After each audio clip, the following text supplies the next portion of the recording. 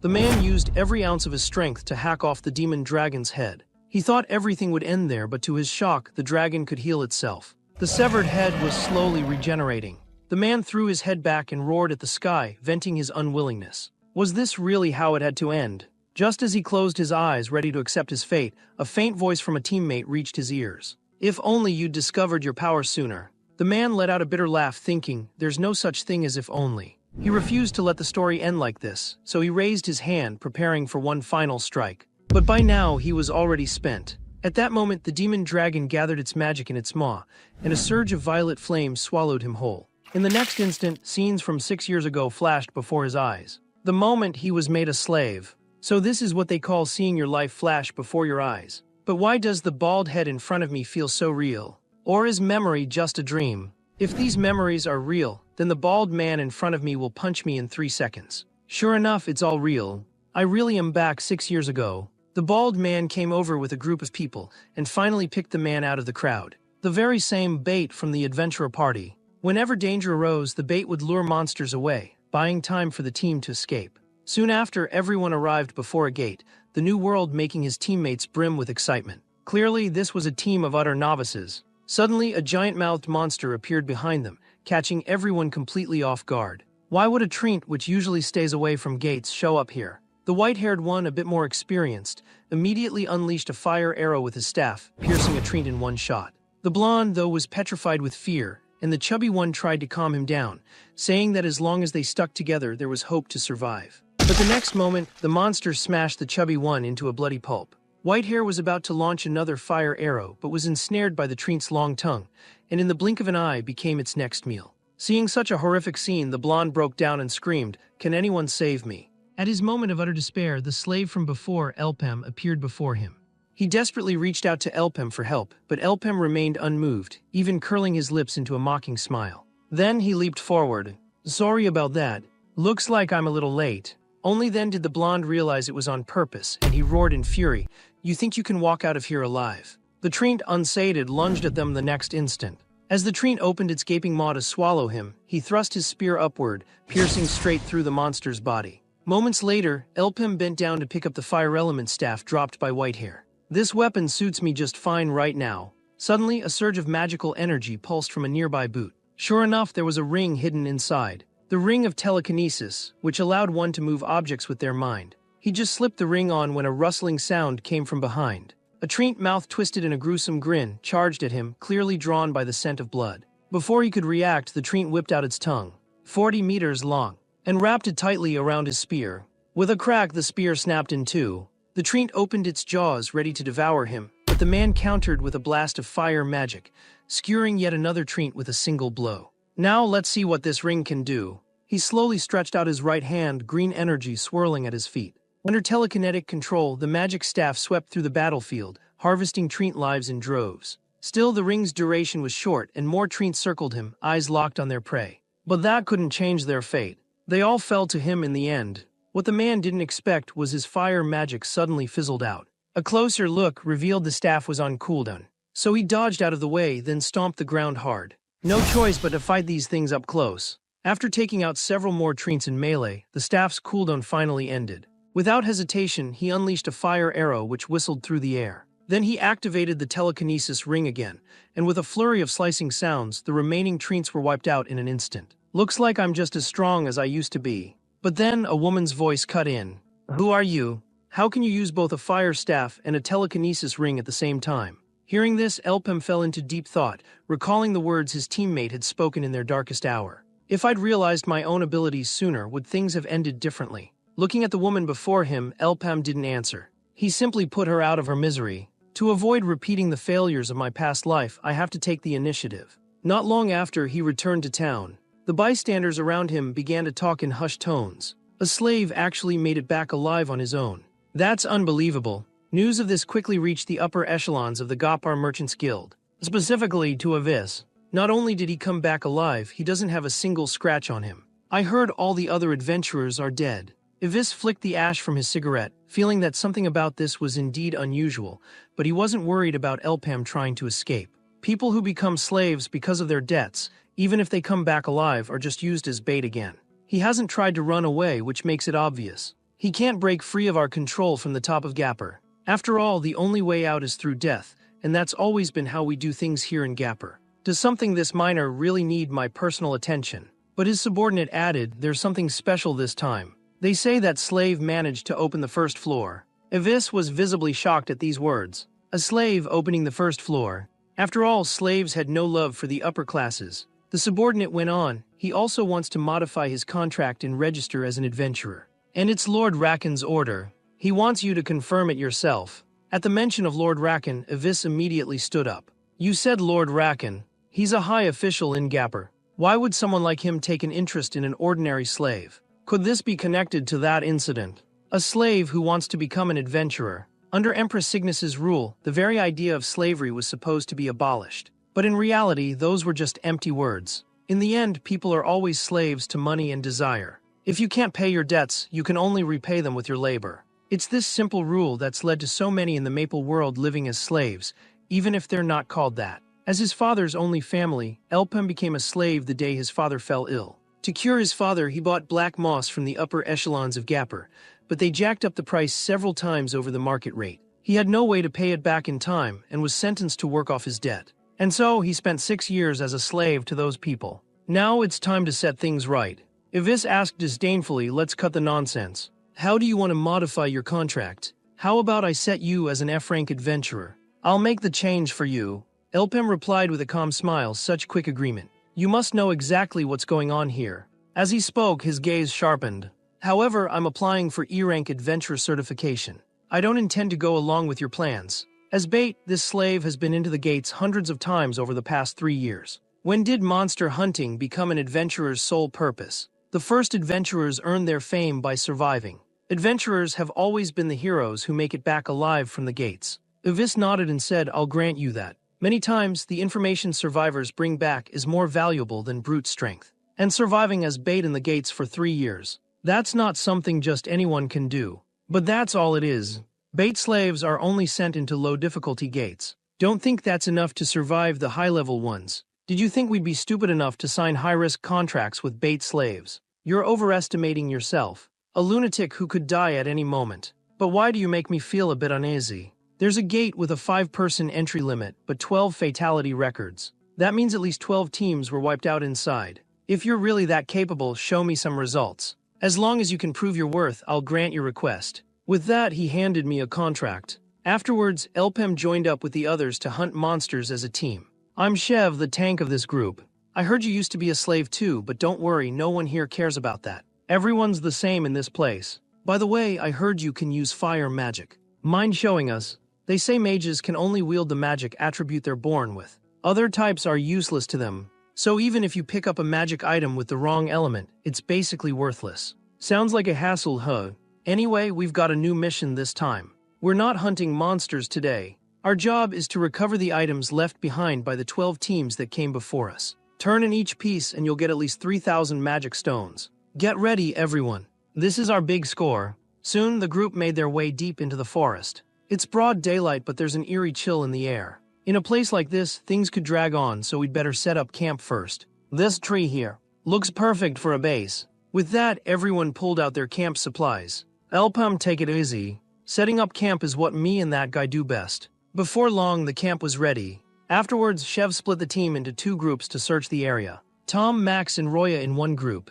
Elpem, you're with me. Team 1 heads east, Team 2 west. But after searching for ages, they didn't see a single monster. Maybe we're too close to the entrance. Looks like we'll have to push in deeper tomorrow. So Elpem, how's your first assignment going? Elpem admitted he was pretty nervous. Chev grinned and reassured him, hey, everyone's nervous on their first adventure. Every time you step through a gate, your heart pounds. But with teammates by your side, you always find the courage. After hearing your story, I really feel for you. Elpem, have you thought about joining our team for good? Don't take it too seriously. I was just saying. By the day's end, nobody had much to show for their efforts. After dinner, everyone got ready to sleep. Night fell quickly. Suddenly, Chev came over with a torch. Elpem, you awake? You really are cautious, boss. Did you forget what you put in the food? That sleeping draft could knock out a monster weighing hundreds of kilos. Surprised no one died from it. He eyed Elpem's fire staff. This thing's got to be worth at least 10,000 magic stones. He raised his dagger ready to strike. But as soon as he plunged the blade into the bedroll, Shev's eyes widened in shock. A closer look, and it was only a decoy. What the hell? Don't just stand there. Find him. He's got to be nearby. No sooner had the words left his mouth than a thunderous boom sounded, and the newly built camp was reduced to ashes in an instant. It has to be Elpem. Then one of his men shouted and pointed, "Boss, over there." Shev followed the direction of his finger, only to see a giant eye staring back at them. He cursed furiously, "Damn you, Elpem. You used us as bait. They just weren't careful enough. If you want to trick me, don't pretend to be friendly. It's one thing not to recruit your own adventurers, but to welcome a bait slave into the fold anyway. Looks like the boss monster here is exactly what I suspected. A giant creature. When I saw those corrosive marks, I had my doubts, but I never imagined it would be this massive." On the other side, Shev's men quickly asked, "Boss, what is that thing?" Shev replied, "If I'm not mistaken, that's a golden slime. You'd never find one of these giant monsters in the regular Maple world. They only show up as rare bosses in red tier gates. They're absolutely deadly. The worst part is its acid attacks. This thing's whole body is corrosive, lethal for close-range fighters like us." As soon as the words left his mouth, a rain of acid began to fall from above. Luckily, Shev reacted in time and pulled his men to safety. "I didn't think it could attack at range too. Heads up, everyone.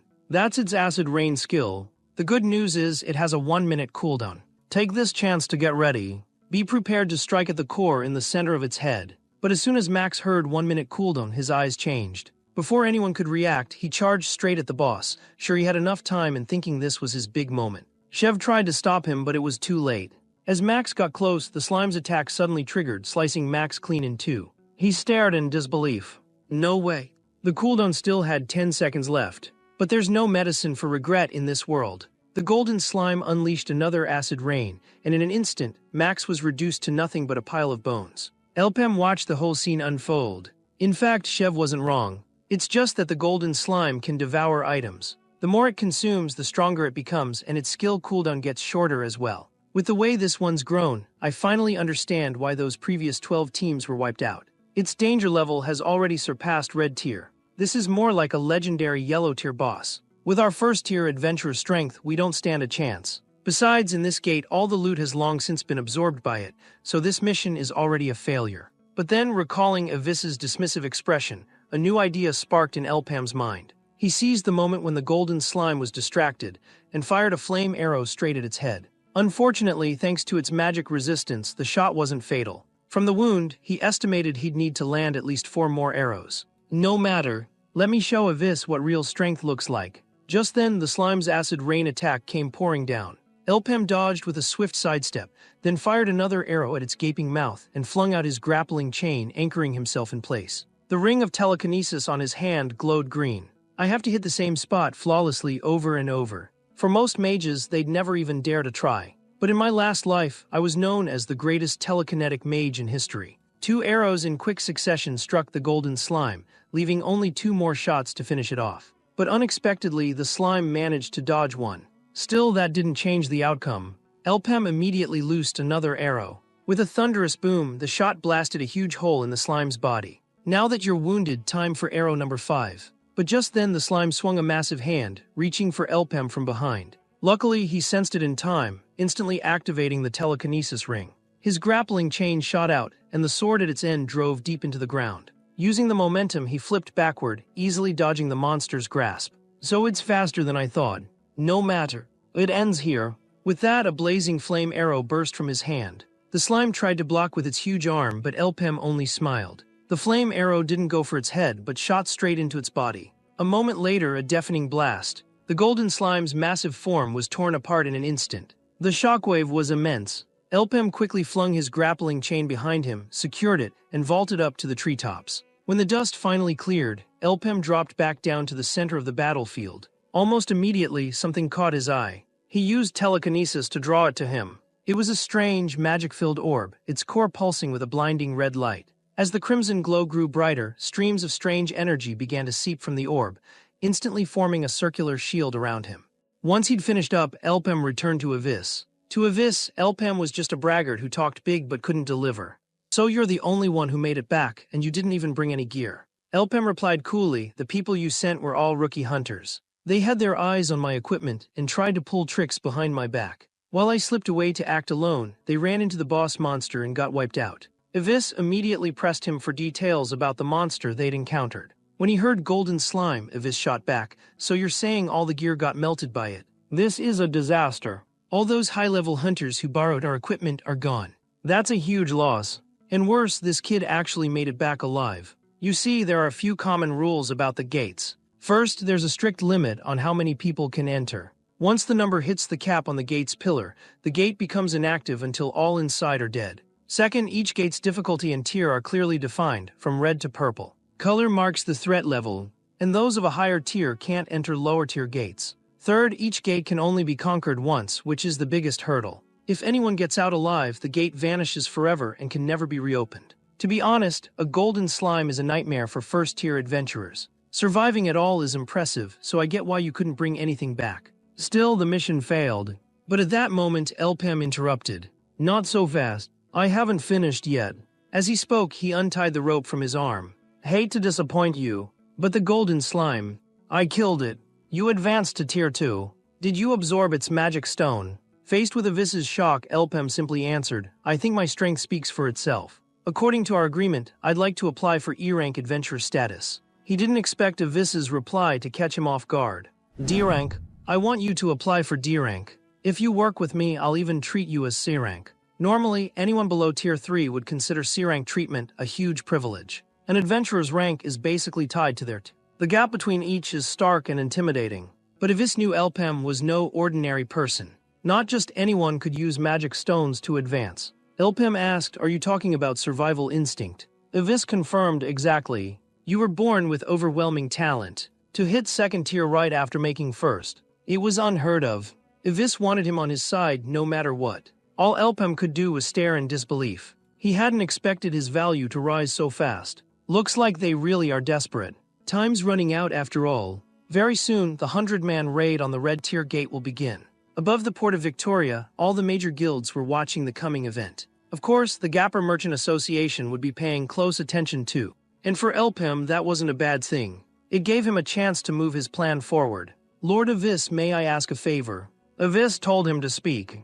Elpem held out his hand. "Could you lend me some money?" Avis flicked his cigarette ash, thinking Elpem was really pushing his luck. He doesn't know. The opening of the gates was supposed to be the dawn of a new age for adventurers, but it's all just a trap laid by the Black Mage. Countless adventurers have died inside, and Maple World's potential is being drained bit by bit. Until the day of the apocalypse, when monsters lying in wait will pour from the gates. In the end, humanity will fall. From this moment, in exactly 3 years, Maple World will reach a turning point. That day is nearly here. After that, Elpem left Avis's office. "It's not much, but at least I've got some capital. This time, the 100-man gate is red tier, open only to adventurers of Tier 2 and above. Normally, the Gapper Association only invests in high-tier adventurers, but this time they're willing to bet on a newcomer like me. It's simple. They're after that gate. I've got some funds, but spending it all on gear would be a waste. Prices for weapons these days are outrageous. A more practical option is to try my luck at the List labor market.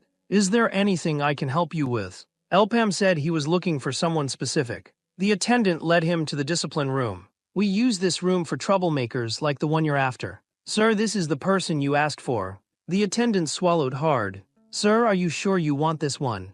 Elpem nodded. He knew exactly what he was doing. "He's the one I want." In his past life, Maple World was destroyed earlier than expected because of one person's death. Aaron, the polearm hero, and Aaron's only student, the one responsible for her death and the destruction that followed, was none other than the hero slayer Devo. This time Elpem sought him out, but Devo clearly wasn't interested. "I don't know you. Get lost." The attendant could only offer an awkward explanation. "Sir, I think this guy's not all there." Devo had always been that way in his past life, but now he was just a slave. For a slave to speak to an adventurer like that, it wasn't just a bad attitude, it was sheer madness. Elpem simply smiled. His temperament is wild, but his strength is just as formidable. After the apocalypse, both of us became people everyone watched. Because we came from the same place, awakened at the same time, and our power was nearly identical. The biggest thing we had in common, though, was that we were both broke. How about 1,000,000 magic stones? If you don't have the money, just get out of here. Devo cared about money for one reason. His sister had black blood disease. Elpem took out the cash and Devo's eyes went wide. 1,000,000 magic stones. Really? He couldn't help but swallow hard. Elpem said calmly, listen up, 1-year contract. Profit split 70-30. I get first pick of any loot we find inside the gate. The attendant was stunned. He's actually planning to take Devo as a partner, not a slave. Devo agreed without hesitation. He snatched up the contract, don't regret this. Then he stamped his hand on the contract. Elpem just smiled. This had gone even smoother than he'd hoped. Devo, face shining with excitement, asked when they'd go challenge the raid gate. Devo, you'd better prove your worth. Don't worry, sir. I'll give it everything I've got. No one will serve you more loyally than me. Soon it was time for the gate raid. Boss, thanks for buying me a weapon, but I'd really rather go back and get my longsword. This battle axe just doesn't feel right in my hands. Elpem replied coldly, if you're going to work with me from now on, you'll use the polearm. If you're not willing, the contract's over. Right now, the two of them headed to the raid gate, which allowed up to 8 people per team. Oddly, Devo didn't see any other teammates. Elpem just shot him a cold glare. Only then did Devo realize, wait, don't tell me it's just you and me. Don't worry, the right teammate's already here. Elpem slowly extended his right hand, pointing straight at Devo. Like you said, just the two of us. He didn't give Devo any time to react. He simply kicked him straight through the entrance. The moment they entered, Devo exploded, are you out of your mind? This is an 8-person dungeon. What can the two of us possibly do? Even if you're crazy, there are limits. This isn't a joke. And anyway, I don't even know how to use this axe. But when he caught Elpem's gaze, Devo immediately fell silent. The next second, a cloud of dust billowed up behind them. Grab a pack of trained beasts. Sorry, it's my fault for yelling. These things' shells are too tough. Swords and axes are useless. Before he could finish, Elpem motioned for him to move aside. Devo watched stunned as Elpem strode straight toward the Treen horde. No wasted movement, just a single fire arrow. In the blink of an eye, every Treen beast was instantly obliterated. Elpem said coldly, pathetic. We just entered and you're already making a fool of yourself. Don't make such rookie mistakes again. Devo stood behind him, dumbfounded. What the hell is this guy? Meanwhile, outside the gate, a woman knelt to report the merchants have taken the bait. Everything is proceeding as planned, all our people are in position. May we begin? The man merely gave a quiet, all according to the Lord's instructions. With that, the woman vanished without a trace. The man fixed his gaze on the glass of red wine in his hand, murmuring softly, it's time to return freedom to Maple World.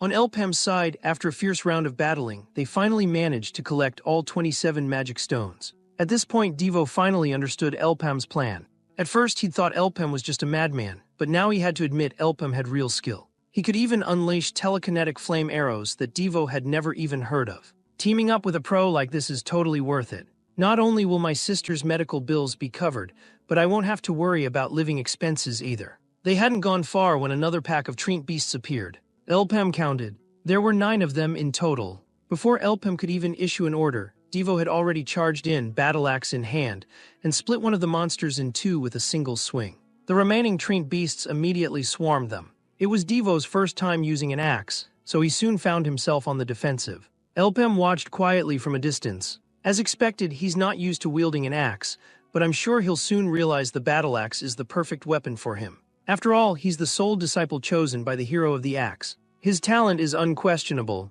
After a brutal fight with the monsters, Devo finally started to discover the power of the battle axe. Not only did it have a wide attack range and immense force, it actually felt even better in his hands than a sword. If his moves could just get a little smoother, he'd be perfect. It didn't take long before Devo had mastered the basics of the battle axe. Just then, the ground began to shake violently. Before Devo could react, a crack split open in the mountainside and a giant pillar shot out, knocking Devo clear across the field. He screamed, "What the hell is that?"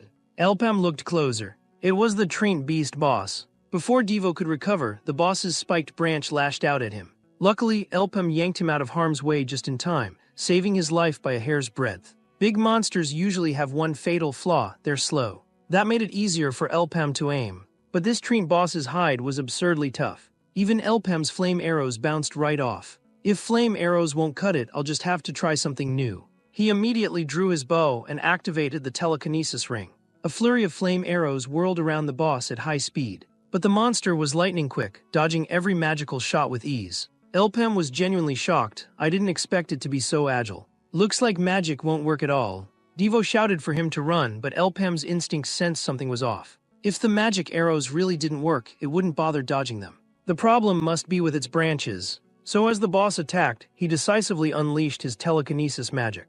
A massive boulder tore itself from the ground, rocketing under Elpem and Devo's feet. The boss's strike missed, and Elpem and Devo soared to safety atop the boulder. Elpem gave Devo orders. "You take care of the smaller treant beasts. Leave the big one to me." With that, he charged straight at the boss. As Elpem clashed with the treant boss, Devo's first instinct was to run for his life. After all, this monster was way out of their league. But the very next moment, Elpem's maneuvers left him speechless. His magic arrow struck the boss square in the forehead. Even though its branches reacted with inhuman speed, and it was nearly impossible to hit with telekinesis alone, Elpem, now at Tier 2, could fire 2 spells at once. The first flame arrow flew and before the boss could block, a second one followed right behind. No matter how fast it was, the boss couldn't keep up with the barrage. Under the relentless assault, it quickly lost its composure. But things weren't going as smoothly for Devo. "Boss, help! Look out!" Elpem couldn't even be bothered to answer. As the smaller treant beasts closed in, a telekinetic flame arrow shredded one in an instant. He shot a cold glance at Devo, can't even handle a few small fries. Just then, the boss swung its massive branch at Elpem. He had no time to dodge. It looked like he was done for, but Devo managed to pull him to safety at the last second, saving his life. "Careful, boss. I just risked my life to save you, so don't blame me for messing up earlier." Elpem couldn't help but laugh. Devo was finally proving useful. The next moment, the two of them spoke in unison. "Let's do this." Elpem unleashed another pair of flame arrows at the boss, shattering its main branch. Not to be outdone, Devo burst forward, throwing himself atop the boss's head to block its attack. Elpem's flame arrow pierced straight through the boss's main branch. "Now's our chance." Devo leapt onto the boss's head, Elpem attacking from the right, Devo from the left. But Devo suddenly lost his footing, slipped off the boss, and was sent flying by a blow, coughing up blood, landing right in the monster's mouth. "Boss, help me." Elpem instantly summoned a massive boulder with telekinesis, yanking Devo out of the boss's jaws. But the boss didn't let up, smashing the stone from under Devo's feet. What a pain! Elpem summoned dozens more boulders from the earth. Devo barely caught his balance before the boss's branches whipped at him again. Damn it, will this never end? Elpem's magic arrows were at the ready to fire at a moment's notice. For now, the two of them had managed to hold the treant boss at bay. At that moment, Devo charged forward without hesitation, swinging his battle axe down on the treant boss's head and smashing its eye with pinpoint accuracy. The beast howled in pain. Seizing the opportunity, Devo hurled his battle axe with all his might, landing solidly back on his feet as the axe embedded itself deep in the boss's skull. Elpem immediately activated his telekinetic ring, controlling the axe to slice again and again at the monster's head. But before long, the treant boss flung the axe off. Devo leapt up and snatched it out of the air, grinning, time for dessert. Without missing a beat, he vaulted up once more and with a satisfying crunch buried the axe deep into the boss's skull, causing blood to gush forth. But the monster's vitality was astonishing. It sent Devo flying with a violent shake. Mouth gaping wide, it lunged to swallow him whole, but there was no way Elpem would allow that. A volley of flame arrows whistled into the treant boss's mouth. A split second later, a thunderous boom. The boss was consumed by raging fire. The battle was finally over, the ordeal at last at an end. Devo let out a long breath and said to Elpem, "Boss, I really owe you this time. I'd be dead if it weren't for you." By the time they made it home, night had already fallen. "It's late. We should eat something." Just as Devo's little sister was about to pick up her chopsticks, there came a sudden knock at the door. She hurried to answer it, and to her astonishment, standing outside was the brother she'd missed for so long. Tears streamed down her face as she cried out, "Brother, you're finally home. Welcome back." Elpem, meanwhile, made his way to a house deep in the forest. He stood before the cold corpse lying on the bed, his face utterly expressionless. He struck a match and set the house ablaze, watching without a word as it was reduced to ashes. Elsewhere, with the 100-man portal about to open, Ivis was fretting over the team's composition. This time, Rakan himself would be overseeing things.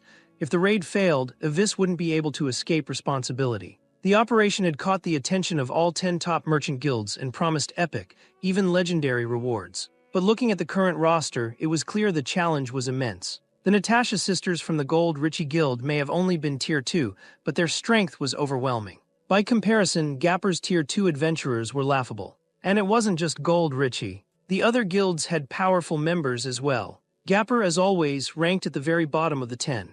Maybe I should let him join after all. Just then, a knock sounded at the door. It was Rakan. "How's the team coming together?" Ivis immediately stood to apologize, saying the lineup was still incomplete. Rakan didn't blame him, just asked about that certain person. Ivis replied that he still didn't quite trust Elpam. After all, Shev's whole team had perished last time, and with no witnesses, no one really knew what had happened. But one thing was clear, Elpam wasn't to be underestimated. Rakan said flatly, then confirm it again. Conveniently, there's a suitable arena here. Gather all the candidates together. Let's make this lively, and there'll be no shortage of witnesses this time. Judging by the rest of the team's faces, it was clear Elpam and Devo were unwelcome, simply because they were former slaves. But these people were a world apart from Shev's team. They were true powerhouses, the kind who needed no bait. Soon everyone had assembled, and Ivis began the final briefing.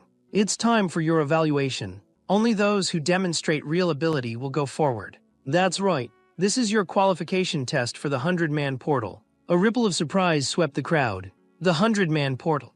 That's a rare privilege. So give it everything you've got. A blinding red light flashed, and every team was transported into the dungeon. Didn't expect the environment to be another forest. According to instructions, just cooperate when fighting the boss. For now, everyone can act independently. When you get the signal, regroup. Time is short. Deal with anything you encounter. Soon enough, the mage Dahlan noticed something odd. But it was just a one-eyed hermit crab. What a waste of time, she muttered, unimpressed, and tossed an energy sphere at it. So weak. Grab the magic stone and let's move. But when the dust settled, the crab was unscathed, crawling out as if nothing had happened. Is its defense really that high? Even magic doesn't work. Before anyone could answer, a rustling swept through the forest. Dahlan was instantly on guard, warning everyone. The next second, dozens of hermit crabs swarmed them. We're surrounded. After a fierce fight, Dahlan's team finally managed to wipe out the crabs. A teammate warned Dahlan, looks like the monsters are even tougher than we thought. If we keep burning energy like this, we'll be exhausted. The risks were real, but if they wanted to break the alliance, they'd have to take down the boss themselves. Most of the other teams were probably thinking the same thing. But this meant trouble for Devo. He complained, "Boss, ever since we got here you've just been giving orders. You haven't done anything yourself." Still, they couldn't afford to waste any more time. Elpam made a quick decision. Devo would go after the boss, Elpam would clear out the small fry. Devo asked, confused, "Boss, didn't you just say we'd take on the boss together?" Elpam explained that was just what the others expected. This was an elimination battle. The real test wasn't just about beating the boss. Clearing out the lesser monsters was just as important. Besides, the boss zone was crowded and even more dangerous. To balance things out, who knew what tricks the other teams might pull? They wouldn't break the rules openly, but who could guarantee no one would cross the line? Besides, Elpam could feel that something about this portal was especially dangerous. Meanwhile, as Dahlan's team explored, they stumbled upon an emergency escape portal and marked the spot for later. Just then, Avante suddenly burst into wild laughter. Dahlan immediately snapped, "What's wrong with you? You're so loud it's driving me crazy." She grabbed Avante by the shoulder. "Didn't you hear me? If you don't shut up, you'll draw all the monsters here." But Avante just kept on laughing uncontrollably. That's when Dahlan realized, this is bad. There's poison gas. We've got to get out of here. But she'd barely taken a few steps when a monster appeared behind her, cackling madly and spewing toxic mist from its mouth. In the blink of an eye, Dahlan too was caught in the madness. Back to Elpam and Devo. Devo muttered, "Boss, you really haven't lifted a finger today, have you?" But the next second his eyes went wide and he shouted, "Boss, look. There's a signal flare overhead." They'd agreed before. Whoever found the boss would fire a signal to regroup. Still, Devo hadn't expected anyone to actually use it, and the surprise showed on his face. Elpam, always sharp, immediately sensed something off. It felt like a team was missing. A monkey-faced man spoke up with a sneer, let me put it simply. But he was instantly interrupted by a purple-haired woman. Looks like Dahlan's mage squad hasn't arrived yet. The monkey-faced man grew impatient. There's no point waiting anymore. The boss had been found, and Dahlan's team had already been wiped out. Their opponent, the Clownshroom. At the mention of Clownshroom, the purple-haired woman went pale. No way. It's Clownshroom. Our team doesn't stand a chance against that thing.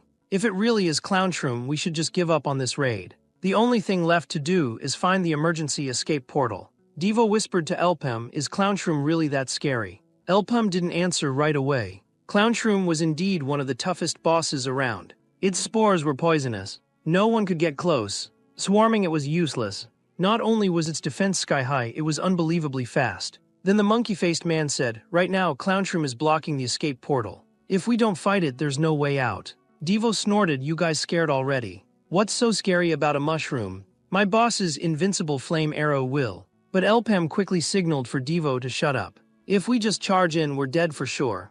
Fire spells are useless, and even the minions guarding the portal are insanely tough. Don't even get me started on the boss. Someone asked the monkey-faced man what to do. We have to find a solution. At that moment, Elpem raised 5 fingers. 50,000. Monkey-face looked baffled. What did you say? Elpem said 50,000 misos per person. With 30 people, that's 1.5 million. Pay up and the 2 of us will act as bait. As soon as the words left his mouth, Devo exploded. Boss, do you even know what you're saying? The monkey-faced man snapped.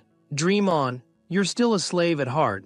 Don't think it's like the old days. You're not fooling anyone with your cheap bait tricks. If you two get killed in seconds, we're the ones who'll suffer. In high-level raids, slaves are just dead weight. One of you is useless and the other isn't even awakened. A slave and a tier 2. What can you do? Devo was instantly furious, but Elpem just looked indifferent. If you had a better plan, you wouldn't have fired the signal flare, would you? Also, our team isn't 1 tier 2. It's only 1 tier 1. And what's so funny? Your team only has a couple of tier 2s, right? The purple-haired woman cut in. If you two are really willing to be bait, I'll pay. But even if I want to, I don't have 50,000 misos on hand. Elpem replied coolly, then it's settled. We'll collect when we make it out alive. If we don't, well, we die for nothing. But I have one condition. Everyone must agree to my terms. All right, you guys talk it out.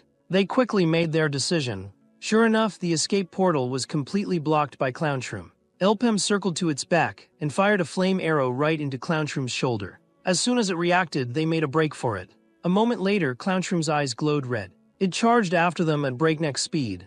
Didn't expect it to be this fast. Everyone sprang into action, rushing to open the escape portal and slipped out one after another. But Clownshroom was still hot on Elpem and Devo's heels. Suddenly, a swarm of one-eyed hermit crabs burst out.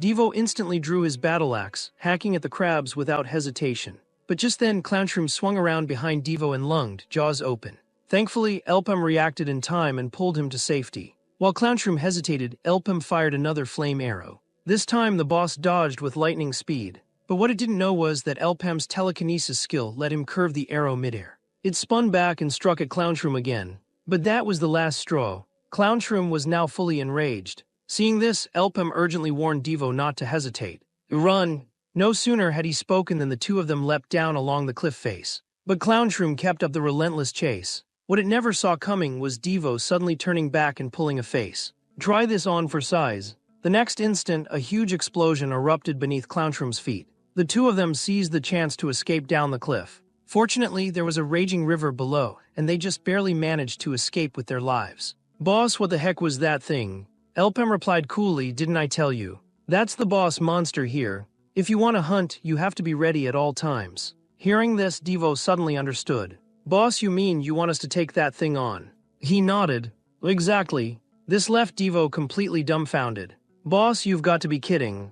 We already did our job as bait. If even your flame arrows can't hurt it, how are we supposed to fight? Didn't you say charging in would be suicide? Devo still didn't realize that the situation had changed. All the competitions dropped out.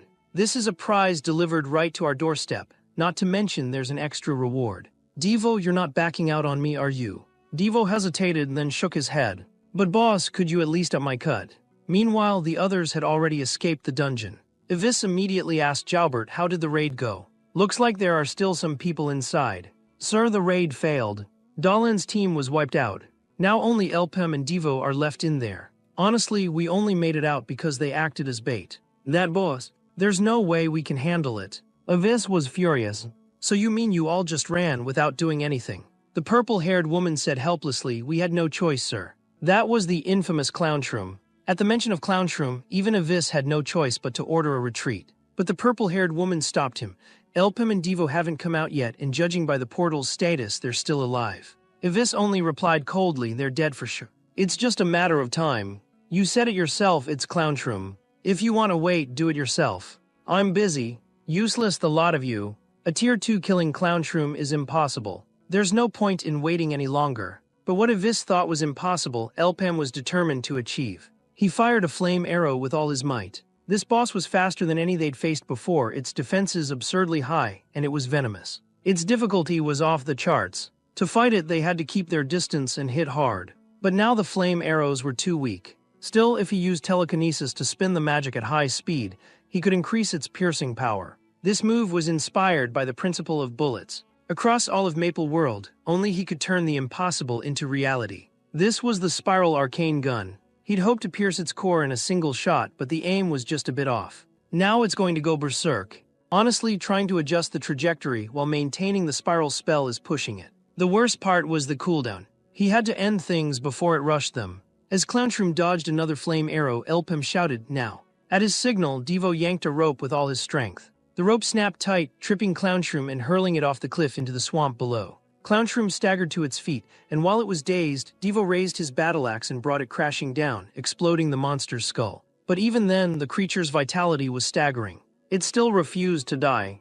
The key to this battle was luring it into the swamp. The rule of the hunt: strip your prey of its advantages. Now all its weapons were neutralized. Devo seized the moment, spinning his battle axe and hurling it, the blade cleaving straight into Clownshroom's head, making it howl in agony. Driving it into the swamp not only blocked its line of sight, but the sticky muck also neutralized its agility. Elpem fired another arrow, striking it right in the head. Devo, taking the chance, wrapped a rope around the axe and swung again, but Clownshroom caught it in its grip. Before Devo could let go, he was yanked toward the beast. Seeing this, Elpem raised his hand, summoning a massive log to slam down on Clownshroom. Devo grabbed hold of the log, launched himself with a flying kick to the monster's head, knocking Clownshroom off balance, nearly toppling it again. Without hesitation, Devo swung his battle axe and hacked off Clownshroom's head. With a heavy thunk, the head hit the ground. Panting, Devo still managed to give Elpem a thumbs up. The next instant, Elpem's eyes widened.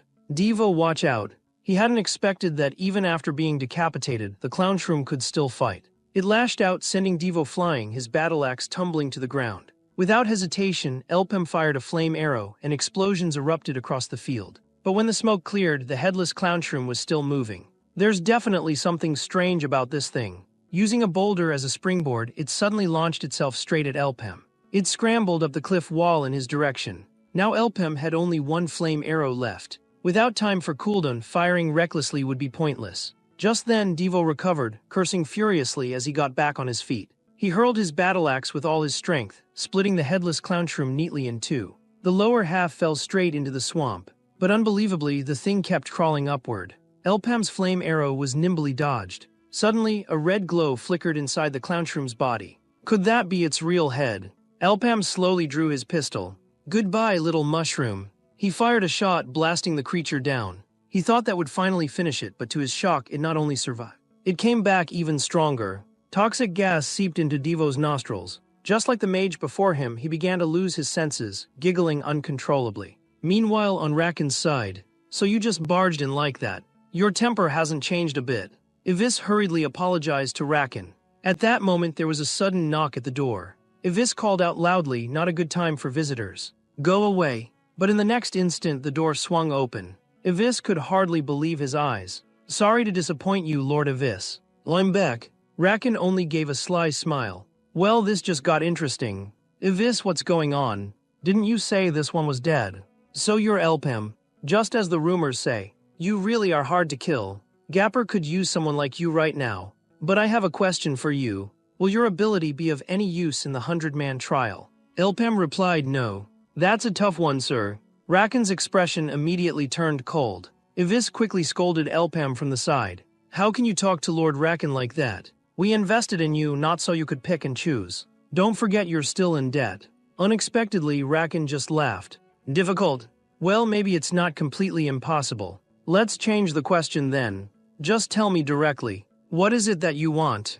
The scene shifts. 5 million misos per person. That's outrageous. As soon as he finished speaking, Devo spat out a mouthful of beer. Seeing Elpem's expression, Devo quickly apologized. "I just thought, isn't that a bit greedy?" Just then, a figure appeared behind Elpem. He turned to see the monkey-faced man, wearing a look of deep regret. "You two look pretty comfortable. Meanwhile, we've been compared to certain people and end up feeling like complete failures." Devo instantly bristled.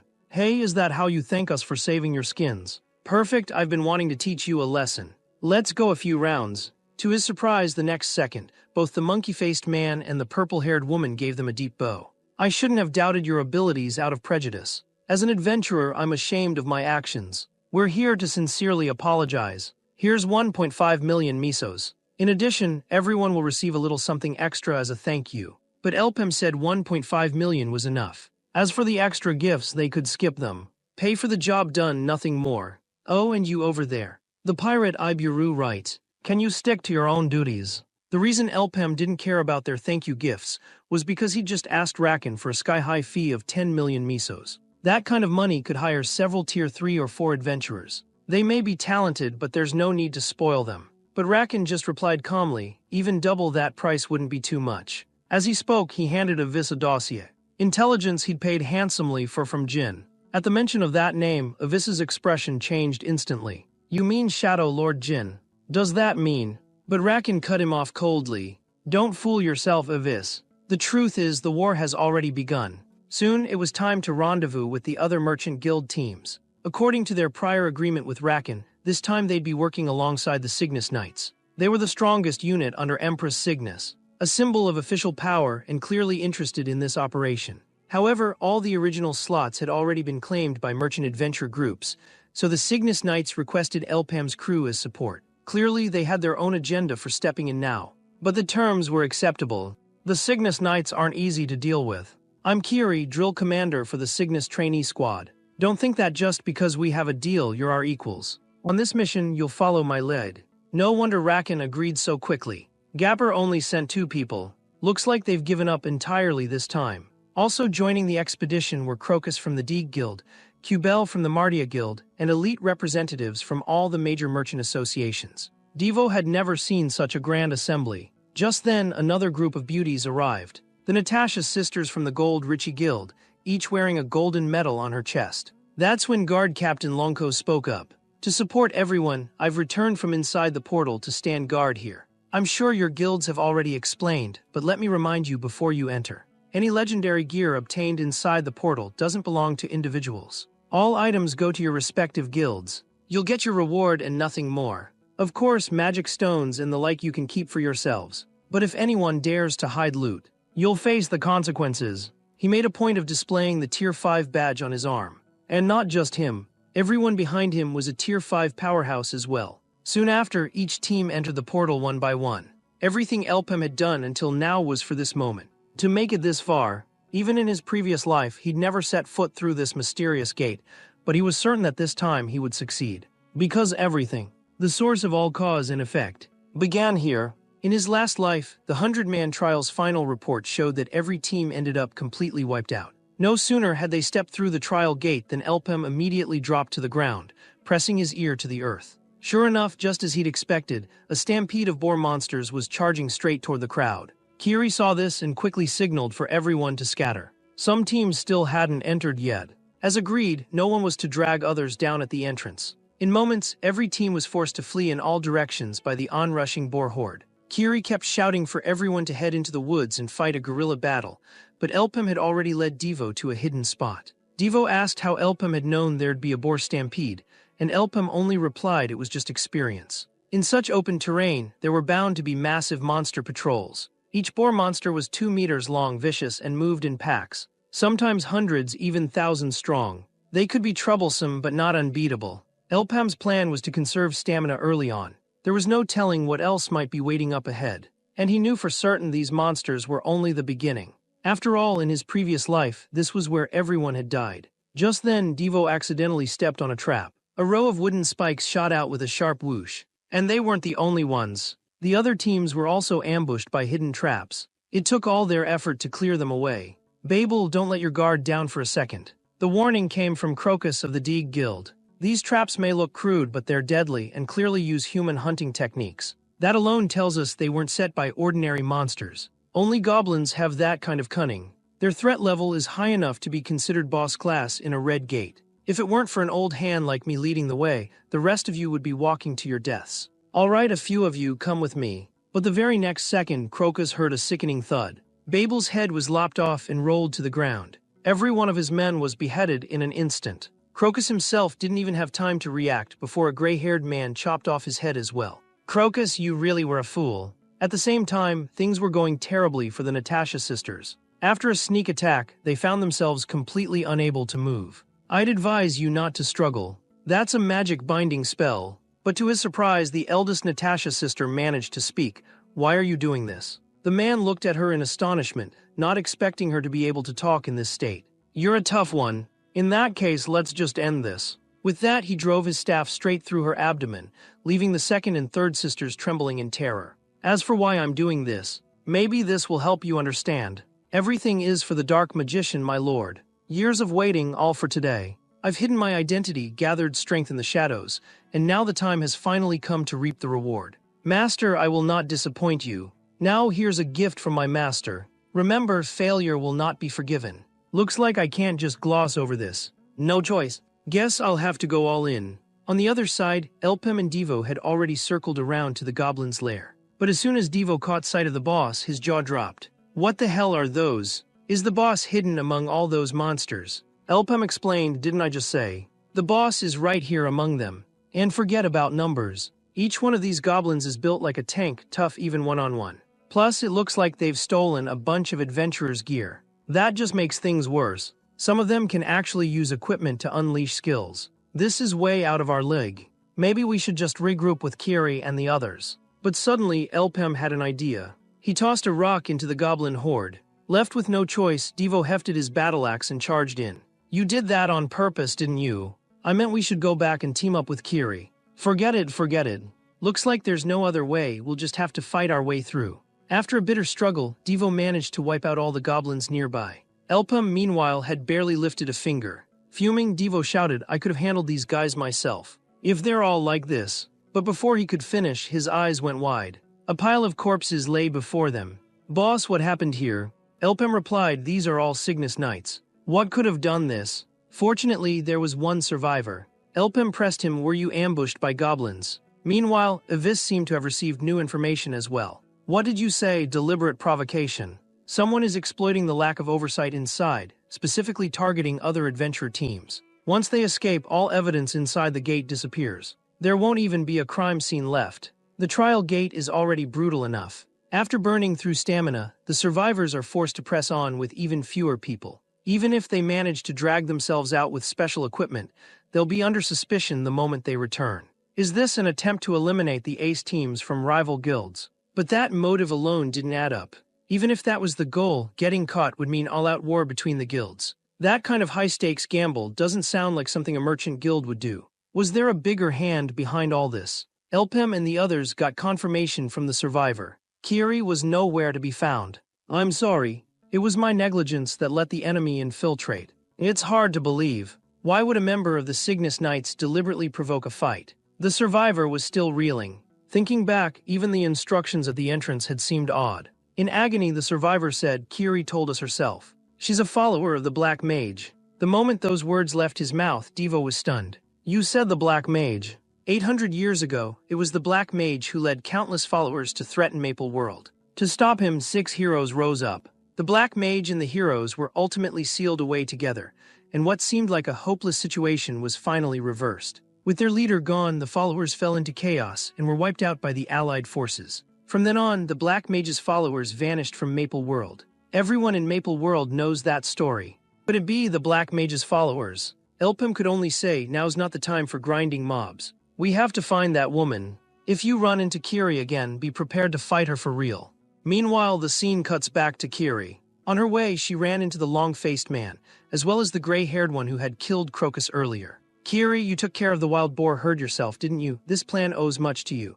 We're almost done here, you should have received the gifts we sent. Seeing them, Kiri drew her sword with a cold face and demanded, who exactly are you? The gray-haired one and his companion wasted no words, drawing short swords and charging straight at her, launching into a fierce, evenly matched battle. The long-faced man simply watched from the side, as expected of Cygnus's training leader. But how much longer can you hold out? Kiri ignored him, raising her hand to unleash her Wolf Fang Heavenly Strike skill. The gray-haired one gripped his sword with both hands and charged. Is this really the time for posing? But to his surprise, in just one exchange, Kiri's golden blade already sliced across his arm. Not giving him any chance to react, Kiri spun and delivered a sun slash, severing his hand at the wrist. If you want to live, you'd better confess your scheme. But the long-faced man showed only disdain. You people are so noisy, what's the point of all this? Before the words had even faded, the gray-haired one and the others attacked all at once. Even with Kiri's strength, she struggled to fend off the group assault. Just as things reached a critical moment, a shadow suddenly burst onto the scene. A closer look revealed it was Devo finally arriving.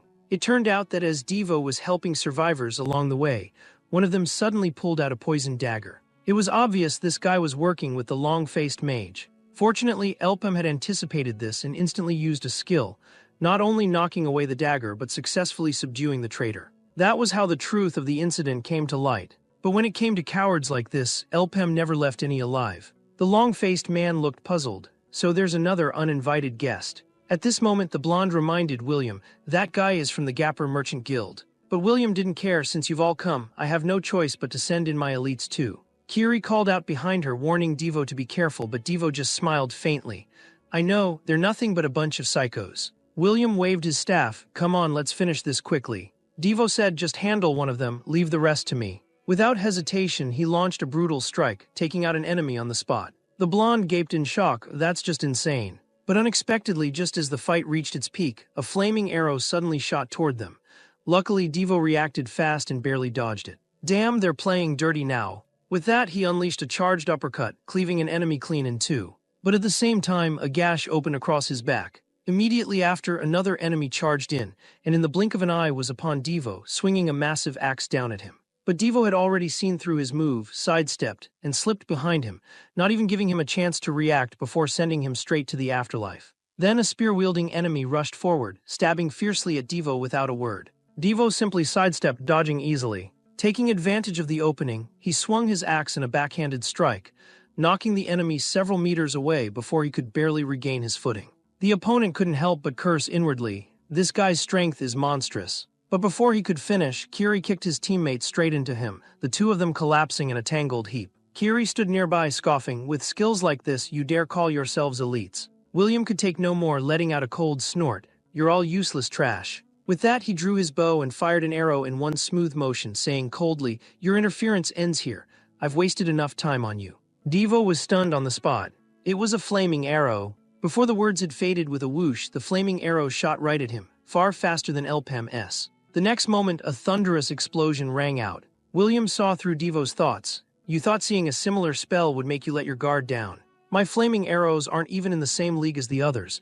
Even if you know the mechanics, you can't dodge this. But the very next second, William's face twisted in shock. How could this be? No one has ever dodged my magic arrow.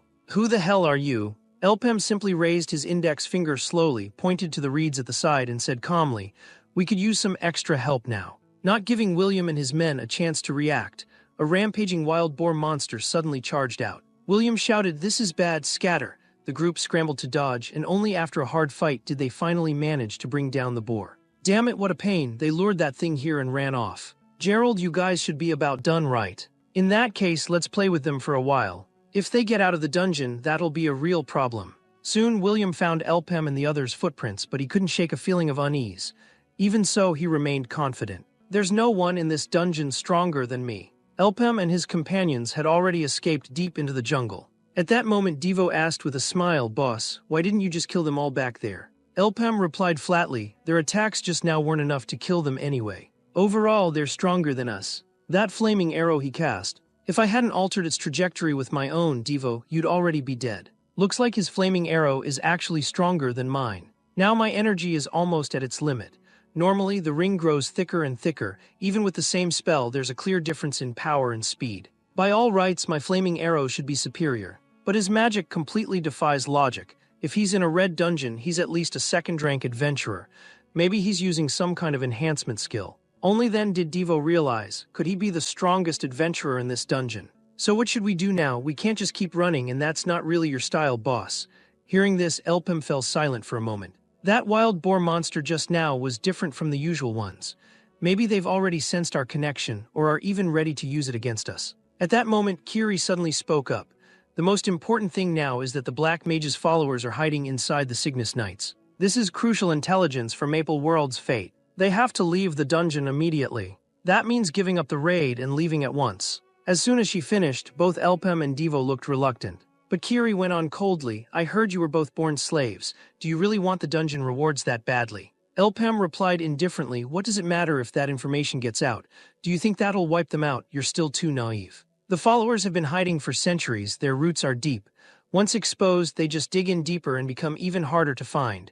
They'll keep corrupting Maple World from the shadows. No sooner had he finished than Kiri grabbed Elpem by the collar. You say this won't work, that won't work. If nothing works, then stop talking nonsense. We're still being hunted. Before we're caught, we need to get out fast. Hearing this, Elpham just smiled faintly. It's not like there aren't other ways. Let's show them who's really the prey. Just then, William's people tracked them down. Find them fast or we're all dead. But unexpectedly, Devo appeared behind the blonde. Before the blonde could react, Devo swung his axe at him. The blonde ducked in a panic. At that moment, the others spotted Devo. Idiot, you really walked into our trap. This time you're dead for sure. But in the next instant, with a loud crack, a huge tree trunk crashed down on one of the enemies. Kiri finally revealed herself. Devo couldn't help but lose his temper. Princess, can you hurry up? As Devo spoke, the blonde suddenly tried to stab him from behind with a dagger. Devo dodged to the side, then countered with a knee to the gut, sending him flying and followed up with a heavy punch to the blonde's face. A blonde woman nearby tried to sneak up on Devo, but Kiri suddenly appeared behind her and instantly knocked her to the ground. Little girl, better pay attention. But just then, William's cold voice sounded again. Everything happening here is pissing me off. Elpham walked out to face William head-on. Were you waiting for me? Neither hesitated. Then let's begin. Before he finished speaking, Elpham fired a flaming arrow at William. But William just laughed hysterically. How interesting. With a thunderous explosion, the ground around William erupted. The smoke hadn't even cleared when a stone whirred toward Elpham. At some point, William had circled behind him. Is it really going to end this quickly? But he didn't know Elpham's flaming arrows could curve midair. Even so, it failed to do any real damage. Well, didn't expect you to be this strong. But I bet you can't block my flaming arrow, right? What trick did you use? You don't seem like the talkative type. No matter, there's no time for chit-chat in battle. Guess I'll find my own answers. As he spoke, he fired another flaming arrow. Elpham had no time to think. The two flaming arrows collided violently in midair. Only then did William realize Elpham's secret. You can actually use telekinesis to make my flaming arrow spin, drilling through and weakening my magic. This is the first time I've seen someone use telekinesis to boost a skill like that. Could you be that so-called magic prodigy? Too bad, I hate people like you the most. Now let's see what you're really made of. Faced with his attack, Elpham wasted no more words. He instantly activated a telekinetic defense, summoning a stone wall to block William's magic. Elpham seized the moment and sprinted in the opposite direction. Haha, what are you doing? Still want to play hide and seek with me? As he ran, Elpham used telekinesis to launch a new attack behind him. This time, William couldn't react in time. With a flick of Elpham's finger, the magic arrow whooshed out. But William was still fast enough to avoid injury. His patience seemed to have run out. Game over. With that, veins bulged on his arm. The next moment, another magic arrow flew at Elpham. Elpham used telekinesis once more to spin it, causing another violent explosion on the spot. But William had already slipped behind him. You fired twice, now it's my turn. He exhaled, and a cloud of poisonous vapor swept toward Elpham. William had absolute confidence in this skill. The truth was, though the poison breath was powerful, it left him wide open while casting. You only have telekinesis and fire attributes. If I catch you during your flaming arrow's cooldown, I can shut down your attacks. For the next 30 minutes you can't move. My flaming arrow has a cooldown too. So I'll just finish you off with my short sword. This was William's favorite moment. He couldn't wait to see what kind of desperate face this man would make. But before William could react, Elpham was already right in front of him, above his head. William's eyes widened, and all he could do was watch as Elpham's fist came crashing down. The reason Elpham could detoxify so easily was because he had a special ability to absorb and seal airborne toxins with his mind. So William's poison breath was completely useless against him. At that moment, Elpham knocked out William's front teeth with a punch. Then came an uppercut, smashing William's face beyond recognition. Yet the guy was still tough as nails. So Elpham grabbed his staff without hesitation and fired an arrow straight at him. No matter how fast he was, he couldn't dodge in time. Elpham shot his arm clean off. Now William lay sprawled on the ground. But suddenly the ring on his index finger flared green, and a cloud of green poison mist surged toward Elpham. Elpham waved his hand instantly, absorbing all the poison mist in a flash. This is just a smokescreen. Looks like he's got something else planned. If poison breath doesn't work, his target must be the staff. If that's the case, bring it on, and I'll take this chance to end it. Once and for all. Suddenly, William went berserk. You little bastard, I'll rip off your limbs and burn them. He still had one last trick up his sleeve, and Elpham got caught off guard, coughing up black blood from the attack. It was Elpham's own carelessness. He hadn't anticipated William's use of a powerful spell like Scorching Orb. Such a fatal mistake was something the old Elpham would never have made. Have I really gotten dumber? Devo, still fighting, also noticed the commotion over there. Kiri quickly warned them, hurry, Elpham can't handle that mage alone. Just then, with a sudden thwack, an arrow struck the enemy right in front of Devo. A massive beast's paw followed right after. Damn it, a pack of green hoblin have arrived. I was wondering why they hadn't shown up until now. Looks like we'll have to team up to deal with them first, and there are a few unsettling ones mixed in too. As the smoke from the explosion slowly cleared, William thought to himself, damn bastard, is he finally dead? William coughed up a mouthful of black blood. Never thought he'd be this strong to push me this far. Should have asked his name before killing him. Just then a voice sounded through the firelight, Elpem. Hearing the name, William was instantly shocked. Elpem replied coolly, remember, that's the last name you'll ever hear. William, however, was full of disdain. What a joke of a cockroach, you sure know how to brag. But to his surprise, Elpem suddenly pulled out a massive magic stone. A magic stone, is that your trump card? Planning to absorb the stone, level up and then kill me. Didn't expect you to be that dumb. Leveling up isn't about absorbing magic stones, you need to gain experience and insight. Elpem admitted he was right.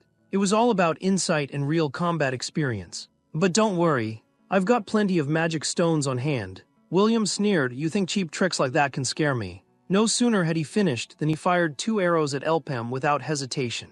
Elpem's gaze sharpened and he shot back a flaming arrow in return. As the flaming arrow whistled through the air, William finished charging his scorching orb. Time to die, kid. Elpem immediately activated his telekinetic skill. The flaming arrow veered off course under his control. The strike came so fast, William had no time to react, and at such close range there was no way to dodge. All he could do was stare wide-eyed, helpless. A thunderous explosion followed, and the battlefield was instantly engulfed in flames. William was burned to a crisp on the spot. Meanwhile, Kiri's situation was tense as well. A horde of hoblin were searching for their location, making things even trickier. Still, Devo kept cutting down monsters with all his might. He'd already brought down his 17th. Kiri was stunned, unable to comprehend how this guy could defeat these monsters so easily. The truth was, Devo was so strong, because he had completely mastered the hoblin's attack patterns, making the fight much easier for him. Just then, a huge explosion erupted on the field. Kiri widened her eyes at the sight before her. That's a ring of flame skill. Wait, can these monsters use magic too? This is an unexpected problem. Things just got a lot more complicated.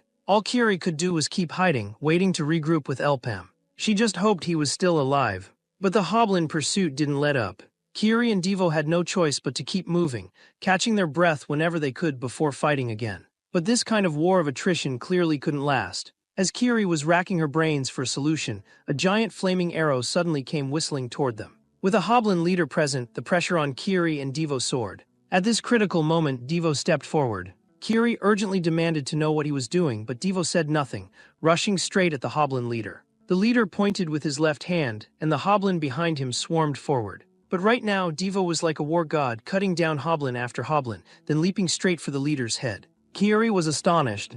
Is this guy really just a first-tier adventurer? Just as his blade was about to hit, the hoblin leader swept his right hand, sending Devo flying, his great axe knocked loose, but Kiri managed to catch it in time. Though he only left a small wound on the leader, it was enough to utterly enrage it. The leader let out a furious roar, raising its staff overhead. A searing fireball formed instantly. Kiri quickly stepped in front of Devo. Step back, I'll handle this one. But to everyone's shock, the skill the hoblin leader threw only made it halfway when it suddenly changed direction. Even the leader itself was caught off guard. The fireball veered off course, smashing into the little hoblin nearby. It was then that Kiri realized in shock. So that guy really isn't dead, Elpem is back. Elpem replied calmly, good, I made it in time. Meanwhile, outside the instance, Longko was growing impatient. 3 days have passed and still no word. Earning money is tougher than I thought. This kind of job just isn't for me. I'm never taking another base guarding gig again. Just then, a group of figures burst out of the dungeon. There was a crunch, the door shattered like glass. A one-eyed brute shouted, Boss, we've got survivors here. Elpem opened his eyes again, finding himself in a strange infirmary. You'd better answer my questions honestly. This time, the elite dungeon raid team formed by your brother's merchant group. Why are there only 3 of you Gapper Guild people left? Tell me what really happened in there. Hearing this, Elpem was stunned. Only us left. Before he could say more, he broke into a coughing fit. I can't believe everyone else died. There was a terrifying demon inside the dungeon. As he spoke, Elpem picked up a pen and started sketching on paper. But no one believed Elpem at all. 100 elite fighters, the dungeon was at most red-level difficulty, but all killed by monsters. How do you expect us to buy that? In a place like that, you should have been invincible. At that moment, Toriel, the representative from Sky Merchant Guild, shouted, My uncle is still in there. But the next second, Longko produced a sketch. I don't think they're lying if it's really this thing. Turns out it's a green hoblin. Some of these monsters can use equipment and they're extremely smart. Fighting a green hoblin tribe is like fighting a human army. It's no surprise so many people died. But Franco, the Natasha Guild's rep, still wasn't convinced. I don't care about the others, but my Natasha squad wouldn't lose to them.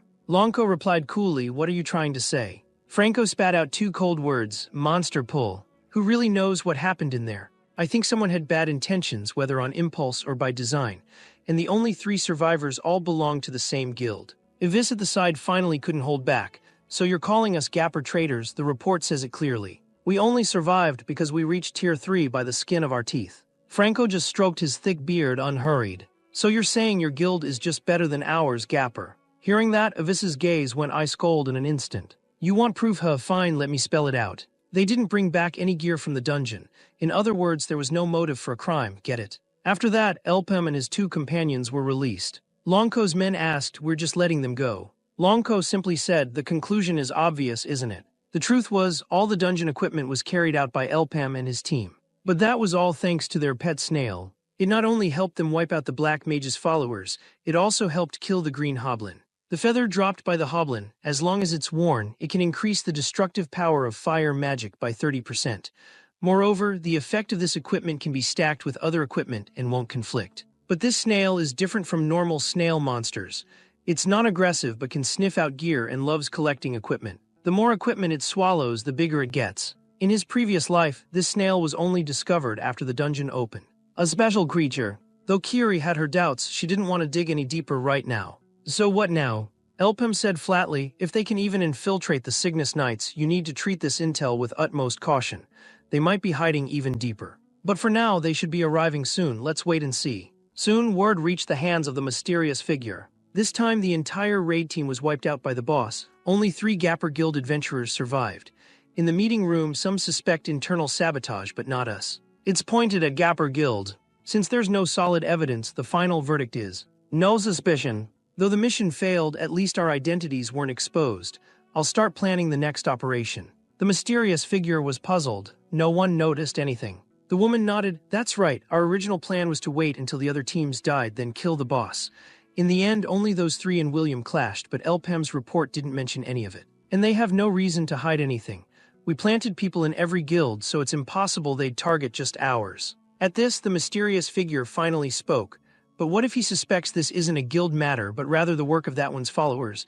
This is his signal to the Black Mage's followers. The woman's face changed instantly. If that's the case, it's far too dangerous. We'd better eliminate our people embedded in the guilds before we get discovered. Haha, so this is my invitation. Interesting, I accept, but let's change the stage. I'll make them guest number 101. As for how Devo became Aaron's student, it was simply because his sister had black blood disease and he was powerless to save her.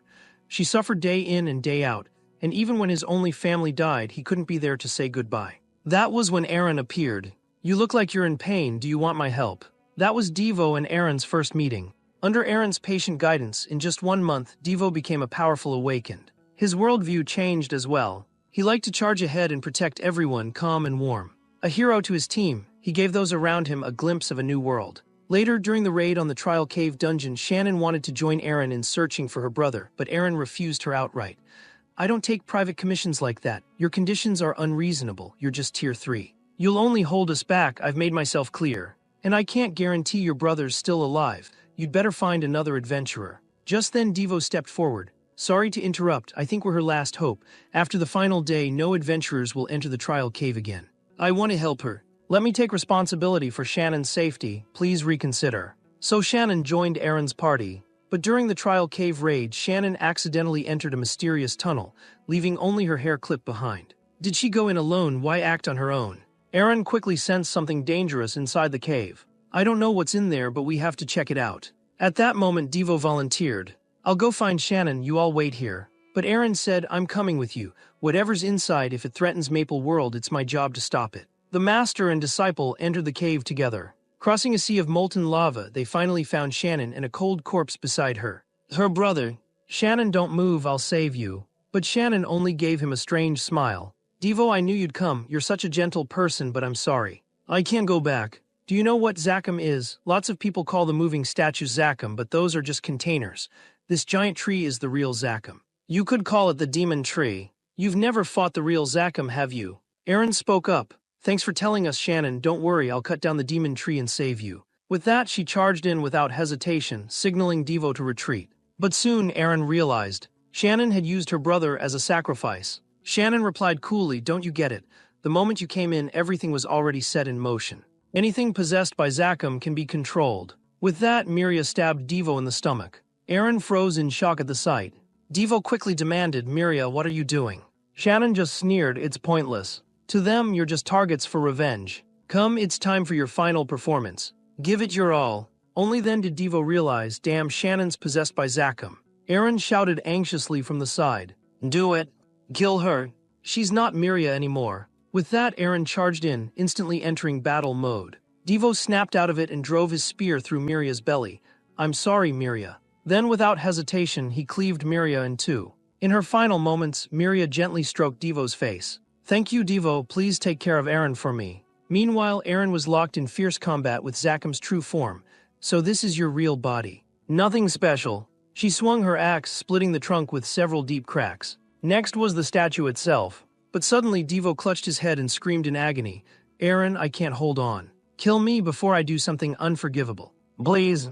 Aaron had no choice but to make the hard call. She gripped her axe tightly. I'm sorry, Devo. To her surprise, Devo burst out laughing, but the next moment regained his senses. Aaron, kill me now. Then he saw his dead sister. Why is my sister here? Who killed her? Was it you? Did you kill my sister? In that instant, Devo saw Aaron as an enemy. Aaron understood this was no time for hesitation. Devo, don't worry, I'll end this soon. But Devo was completely out of control. You did that to my sister. I'll never forgive you. With that, he launched a frenzied attack on Aaron. But now Devo was just a puppet, no real threat to Aaron. After a fierce struggle, Devo soon found himself losing ground. Aaron seized the chance to cut off the statue's arm, charging up for a finishing blow to destroy it completely. Let this all end here. As the Zachem statue was about to be destroyed, Devo attacked again. Damn it, Devo, you idiot, there's only one chance. Don't hesitate. Sorry, Devo. With that, she brought her axe down without mercy, shattering the Zachem statue to pieces. Devo immediately came to his senses. Seeing this, Aaron breathed a sigh of relief. Thank goodness you're finally awake. I thought I'd never get to say goodbye. At that moment, Devo's eyes went wide. He finally saw the deep black wound on Aaron's abdomen. No, Aaron, don't. Didn't I ask you to kill me? Why did you do this? He dropped to his knees before her. Only then did Aaron speak. Devo, this isn't your fault. In fact, we failed once already 800 years ago. I wasn't the one who stopped the Black Mage. Devo, your talent far surpasses mine. When I was your age, I was nowhere near as strong as you are now. Maple World is yours from now on. You'll do better than I ever could. Because you're my only disciple in this life, I'm a little tired. I'm going to rest for a while. With that, Aaron passed away. Devo made up his mind to tell all of this to his hero friends. Then he set out on a new journey. After Aaron left, there seemed to be no place in the world for him anymore. He couldn't protect his new purpose in life, nor make up for past mistakes, couldn't even fulfill the wishes of someone important to him. For him, this was hell. Then Devo woke up from the nightmare. The scenes in the dream were both strange and vivid, but once awake, he couldn't remember them at all. At that moment, his sister smiled and reminded him, Brother, you're finally awake. You were talking in your sleep just now. Oh, and someone is looking for you outside. Devo got up and opened the door, only to find Elpem already waiting outside. Next, Elpem and Devo headed to Avis's office together. This time, only 3 of you made it back out of 100. Something's definitely not right. Don't tell me you don't know anything. I told you before I'd only pay you once I got real intel. Elpem didn't say much, just fished around in his pocket and laid a stack of misos on the table. I'll pay off my debt first. Avis looked on in confusion. Where did this guy suddenly get so many misos? Does he have some income source we don't know about? Still, he forced a smile and offered his congratulations. Congrats, you're finally a free adventurer. In that case, we can sign a new contract. Name your price and I'll do my best to meet it. Elpem just replied coldly, 50 million. The moment he finished, Avis shot to his feet. Are you crazy? 50 million? No one pays a C-rank adventurer that much. Elpem stood up as well. In that case, we have nothing more to talk about. Actually, all of this was exactly as Elpem had expected. Devo whispered to Elpem, Boss, how much did you just ask for? Elpem answered calmly, 50 million. Boss, are you nuts? 50 million. By the way, why did you bring me to this slum anyway? This used to be the most prosperous area in Lith, but now it's a hotbed of crime. In the most chaotic part of Victoria, fighting is just daily life. And the person I'm looking for is that guy getting beaten up on the ground right now. Elpem even helped him pay off 3 million misos in high-interest debt. But to his surprise, the guy turned on them right away. "It's not like I asked you to pay that 3 million. Want me on your team? Then pay up first. If you could find me, you must know what I can do. No proper payment, no deal. Since you saved me today, I'll give you a discount. Pay me 3 million misos and I'm in." Just then, a cold voice cut in. "Hello, I'm Beiju from the Carnia Guild. May I ask which one of you is Mr. Elpem?" Elpem smiled in response. "That's me." Beiju went on to explain, "We failed this 100-man instance, but you made it out alive and even reached Tier 3, which shows real potential. So we'd like to officially invite you to join our team. Of course, you'll need to pass a nominal instance test. Here's 3 million misos as an advance. There will be a 50 million deposit if you pass." Elpem agreed without hesitation, setting the meeting for 3 days later. But Elpem just tossed the advance to Ralph. "Here's your deposit, 1-year contract. Finish the run and you'll get another 7 million misos." Devo was dumbstruck. "Boss, I didn't even get to touch the 3 million. The 4 stood up, ready to continue the raid.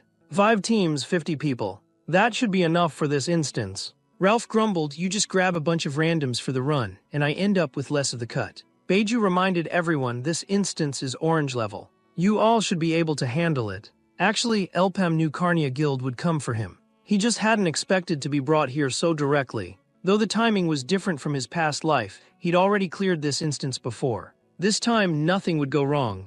Instances are color-coded, made up of multiple sections, and even have nesting instances inside.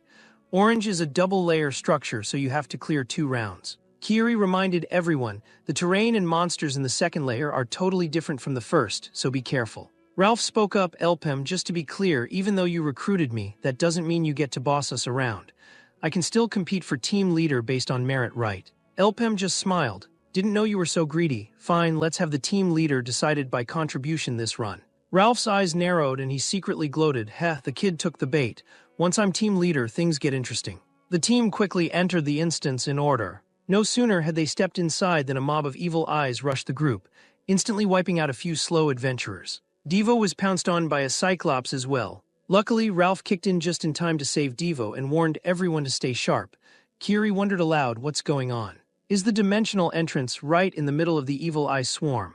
A teammate said he'd run this instance before and never seen Evil Eye's mob adventurers like this. And their attacks were completely unpredictable. This can't go on. Kiri let her guard down for a moment and got slashed by an Evil Eye's claw, dropping right at the monster's feet. At the brink of death, Devo held back the Evil Eye's fangs with all his might, and Ralph followed up with a heavy punch, smashing an Evil Eye to pulp. "You runt, see what I can do, let's keep this up."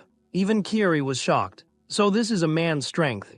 She might grumble, but she had to admit, Tier 3 really was something else. But just as she praised Ralph, he got tail-whipped to the ground by an Evil Eye. Still, Evil Eyes were no match for Ralph. He soon noticed Elpem firing telekinetic flaming arrows.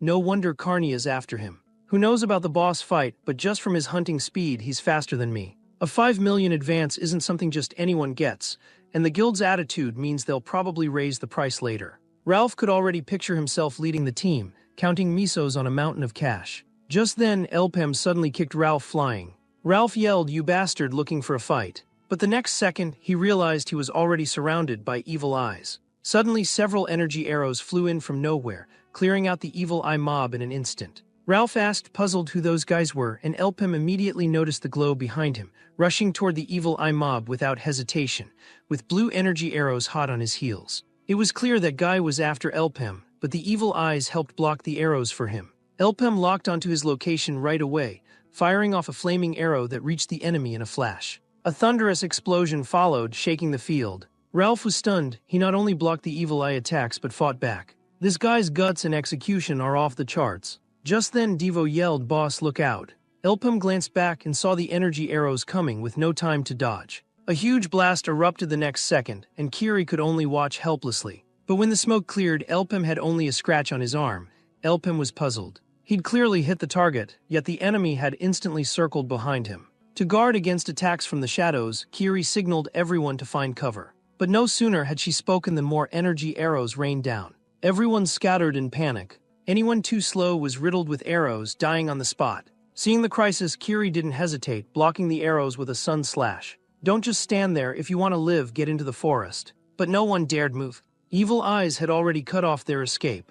Elpem fired off a magic arrow, wiping out the Evil Eye mob in an instant. Ralph dashed for the forest at once, followed by the others. But after just a few steps, more energy arrows rained down. Devo cursed, damn it, we'll all die at this rate. Without thinking, Elpem fired a flaming arrow, using the explosion as cover for the retreat. As he ran, he whispered to Devo, do what I say when the time comes. But before the smoke cleared, the enemy had already locked onto Elpem again. Looks like Lord Ebok's concerns were justified. Sorry, Mr. Elpem. Then the enemy's energy arrows came flying at Elpem. But he suddenly noticed this mage was incredibly fast, and someone seemed to be missing. By the time they realized, it was too late. Elpem's flaming arrows struck the target from behind. An explosion rocked the field. Sorry, but I didn't miss this time. At that moment, Devo pulled off his disguise. Boss, the plan worked. Thanks to me holding them off. But before he could finish, an energy arrow pierced his abdomen, dropping Devo to the ground. Elpem's heart skipped a beat, but another energy arrow came flying at him. Everyone was too stunned to move. Kiri hurried to help Devo escape, but was shot through the knee by an arrow. Both of them collapsed to the ground. As their lives hung by a thread, Ralph suddenly rushed in, dragging both of them. Just what I needed, another job playing dad, what a pain. But the energy arrows kept chasing, nearly hitting them in the rear. They finally managed to get deep into the forest. But as soon as they entered, the three were dumbfounded. Why is there another door? Did Elpem know about this all along? Ralph waved off their concerns. Doesn't matter, we're alive, aren't we? Ignoring their protests, he dragged them toward the door. This must be Elpem's plan. But what puzzled Ralph was how the energy arrows could shoot at them from the front. As he wondered, a few energy arrows struck him in the gut. Then a great axe suddenly flew in, precisely blocking the energy arrows. Devo instantly realized Elpem had saved them. But there was no time to talk. They all rushed through the door. The scene cuts back to Elpem facing off with the enemy. Is stalling with evil eyes all you can do? You think cheap tricks will help you find me? Fine, let's play, struggle all you want, Elpem. Did you know in my 13th year under Lord Ebok, 300 assassins fought to the death, with only 5 left at the end. Then another 7 days of killing, and even then no one could find me until all were dead. Lord Ebok even gave me the nickname Ghost. You think you can find me, please? Elpem shot another arrow and Ghost immediately locked onto his location. Without a word, he countered with several energy arrows in a row. But he hadn't expected this attack to expose his own position. Luckily, Ghost reacted fast, dodging Elpem's strike in time. Only then did he realize Elpem could use telekinesis. Still, Ghost was incredibly fast, but Elpem's flaming arrows kept chasing him relentlessly. Out of options, he had to fire back with his bow. The next moment, the field was rocked by explosions. But that also cost him his line of sight. Elpem's real killing move was always hidden behind the scenes. Now Ghost was starting to lose his composure, looking battered and desperate. Elpem, look what you've done. Still, I have to admit, this is pretty entertaining. Elpem noticed. The forest had suddenly gone quiet. If he hides, things get tricky. I can't sense his presence at all. There was no such expert in the dungeon last life. He must be an assassin sent by Carnia. Has my presence changed the future of this instance? Just then, Ghost's voice suddenly sounded from behind. Elpem, get out here. Stop hiding like a coward and wasting time. Aren't you supposed to be fearless? Why are you hiding now? Elpem quickly realized something was off. He's so close, but there's not a sound. Could he teleport? Is he using a speed technique? Suddenly, Ghost's eyes sharpened. Found you. Before the words were out, several energy arrows shot at Elpem's back. Meanwhile, the scene cuts to Devo, Ralph, and the others. No sooner had they entered than they saw the ground littered with skulls. Judging by the bodies, even 100 people wouldn't be enough, let alone 3 teams. Kiri suddenly realized, damn it, Carnia set us up from the start. Making us join the guild was all part of their plan. He must be a follower of black magic. They lured all the troublesome adventurers here, and with that assassin, it looks like Elpem was right about them taking the bait. Ralph suddenly broke into laughter, interrupting everyone. Sorry to butt in, but the landlord here doesn't seem too happy to see us. Looks like there's no dodging this rent. He casually tore off the necklace from his chest. That necklace wasn't something he showed just anyone. To the monkey-faced adventurers, Ralph was a total jerk. For the right price, he'd do any dirty job. He was the very definition of scum. But in terms of skill, he was the strongest bishop healer among all tier 3s. Devo and Kiri were both stunned by the sight. Their wounds healed in an instant. Was Ralph actually not a fighter but a bishop healer? Ralph reminded them, now that you're all patched up, don't just take the boss's money for nothing. Besides, that thing looks eager to start. As he finished speaking, the giant ape lunged at them. Ralph didn't even try to fight. He just turned and ran, leaving Kiri and Devo totally bewildered. Damn it, that crazy Ralph. As the ape opened its jaws to swallow them, Devo thought fast and grabbed the ape's huge tooth, slashing at its eye with his sword. Kiri didn't hesitate, following up with a slash, making the ape howl in pain. That bought them a brief respite, but it also enraged the ape, which swung a fist straight at Devo. Just then Ralph doubled back, landing a punch on the ape, while casting a healing spell on both of them. Only then did Devo realize he'd misjudged Ralph. This guy could not only heal from the backline, but also tank damage at the front. And his timing was perfect. He only healed at the critical moment. Ralph finally got serious. All the healing so far was free, but now I'm charging 100 misos per heal. With the three working together, the giant ape was finally felled. Ralph grinned, time to settle up. But the next second, the downed ape let out a furious roar. Devo pinched his nose and complained, "Damn, it reeks." But before he could finish, blue crystals started growing out of the ape's wound. With a loud crack, the wound rapidly healed. Devo's expression turned grave. Could it be? On the other side, Elpem wasn't having an easy time either, searching for Ghost while desperately dodging attacks. Strangely, he couldn't discern the attack pattern at all. Though a Tier 3 archer could use the Quick Flow movement skill, Quick Flow only lets you return to a marked point, and you can only have one mark at a time. There's no way to attack like this. Seeing this, Ghost taunted Elpem, "With that speed, you think you can get away?" Hearing the voice, Elpem instantly gathered a fireball with telekinesis and hurled it in Ghost's direction. Ghost kept mocking him, "How can you even aim? Go ahead, keep wasting your skills." At this point, Elpem's situation was getting more and more dangerous. Ghost darted back and forth through the woods, ready to kill Elpem at any moment. Elpem could only keep tossing fireballs into the forest, while looking for a chance to dash to the door. "I can't keep dragging this out. If there's another mana surge, it's all over." But before Elpem could react, Ghost's energy arrow blast knocked him to the ground. "No choice, I'll have to use an energy potion to get through this. There's no time for hesitation now. If that's how it is, I'll just have to go all in." Elpem immediately summoned a sacred flame shield, deflecting all of Ghost's energy arrows. But at this speed, there was no way he could catch up to Ghost. The guy was so fast he was leaving afterimages. Just then, Ghost's pupils suddenly dilated. "This guy's insane, he just fired 6 flaming arrows in one go. With mana surging, he's using the maximum number of a Tier 3 skill. Does he have a death wish?" But Elpem had already pretty much figured out his trump card. "If I'm right, I'll drag you out by force." Ghost just sneered, weaving away as he laughed. "Shooting blindly without knowing my position, you're nuts." Elpem kept raining fireballs down, while Ghost used the terrain to dodge nimbly. Elpem cursed in frustration, "Damn it. It's always just barely out of reach." But with the mana surge, Elpem's body was nearing its limit. By contrast, Ghost still looked relaxed and casual. "You think this kind of attack will hit me? Your fate was sealed long ago, just die in agony from the mana surge." But there was no way Elpem would give up. An even fiercer wave of fire energy burst forth. Elpem gathered all his strength and flung another fireball. His gaze went razor-sharp, and a flaming disc appeared out of thin air. In the blink of an eye, flames engulfed the entire area. Only now did Ghost realize what was happening. "Oh no, what's Elpem doing? There's fire everywhere." So that was his plan all along. "If I don't get out now, I'll be burnt to ash." Luckily, there was a clearing not far ahead.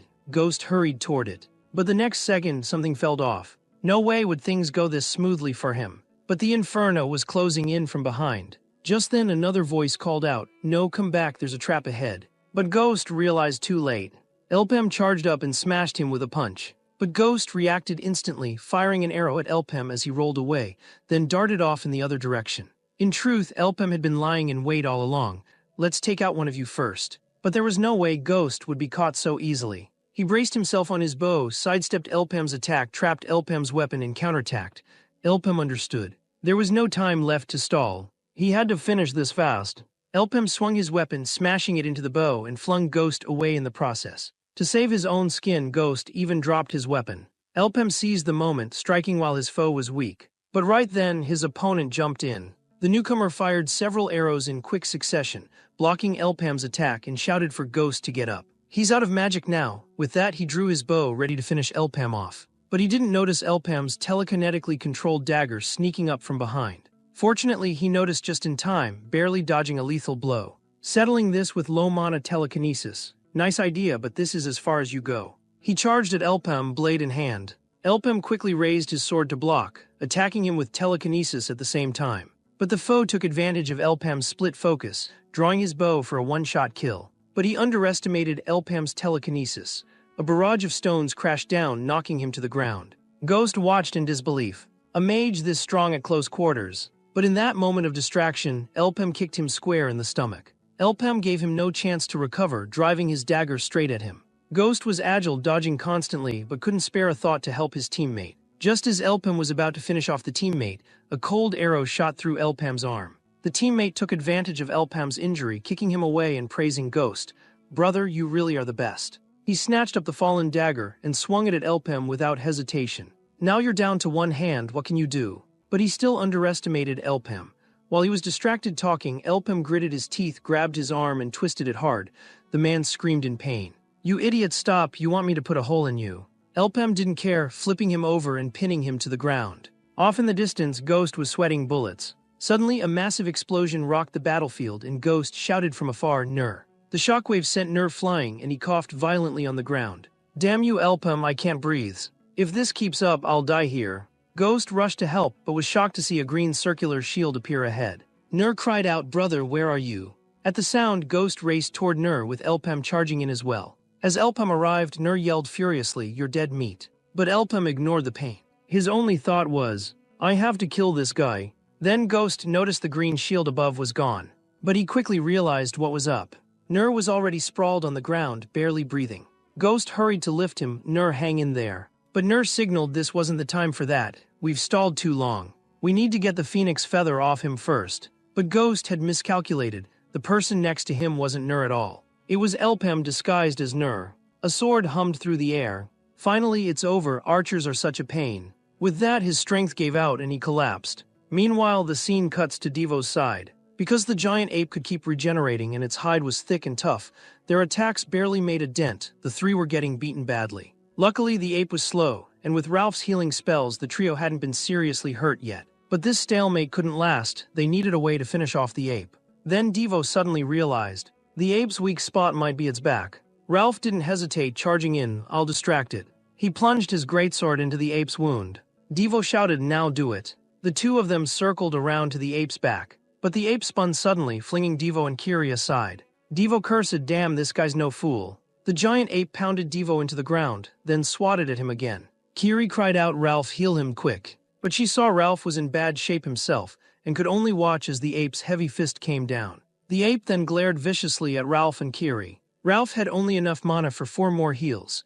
He told Kiri to dodge as much as possible, draw the ape away, then save Devo. But the ape attacked too fast. Kiri was sent flying before she could react. Ralph cursed inwardly, "Damn, I warned you to be careful." And that blow actually knocked Kiri out cold. The ape now set its sights on Ralph.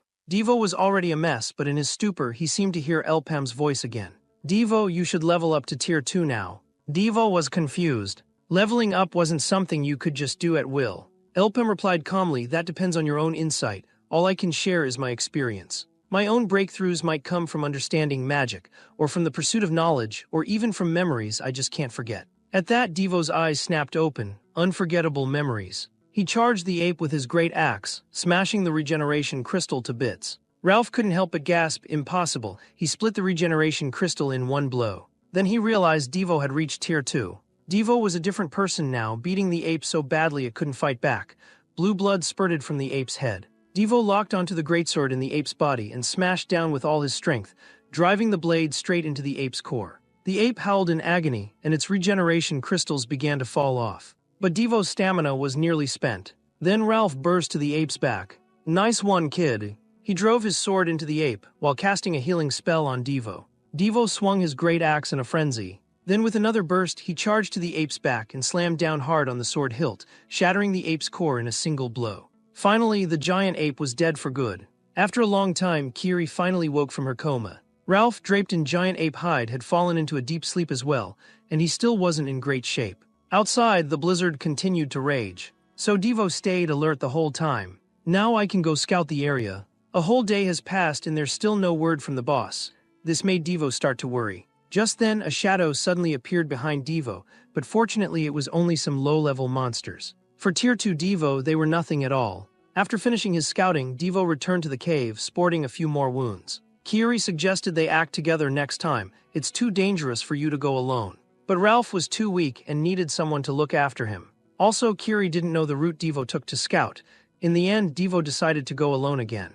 At that moment, Kiri felt a kind of indescribable respect rising in her heart. If anyone could be called a real man, it had to be someone like Devo. After a short rest, Devo set out for another scouting trip and ran into a different group of monsters. After a fierce battle, Devo managed to defeat all the enemies without incident. Then, unexpectedly, he spotted what seemed to be a human figure up ahead. Getting closer, he saw it was a corpse. The dead man held a yellow letter in his hand. I pass this letter to you, stranger. Though it can't really make up for anything, I want to give you my gloves.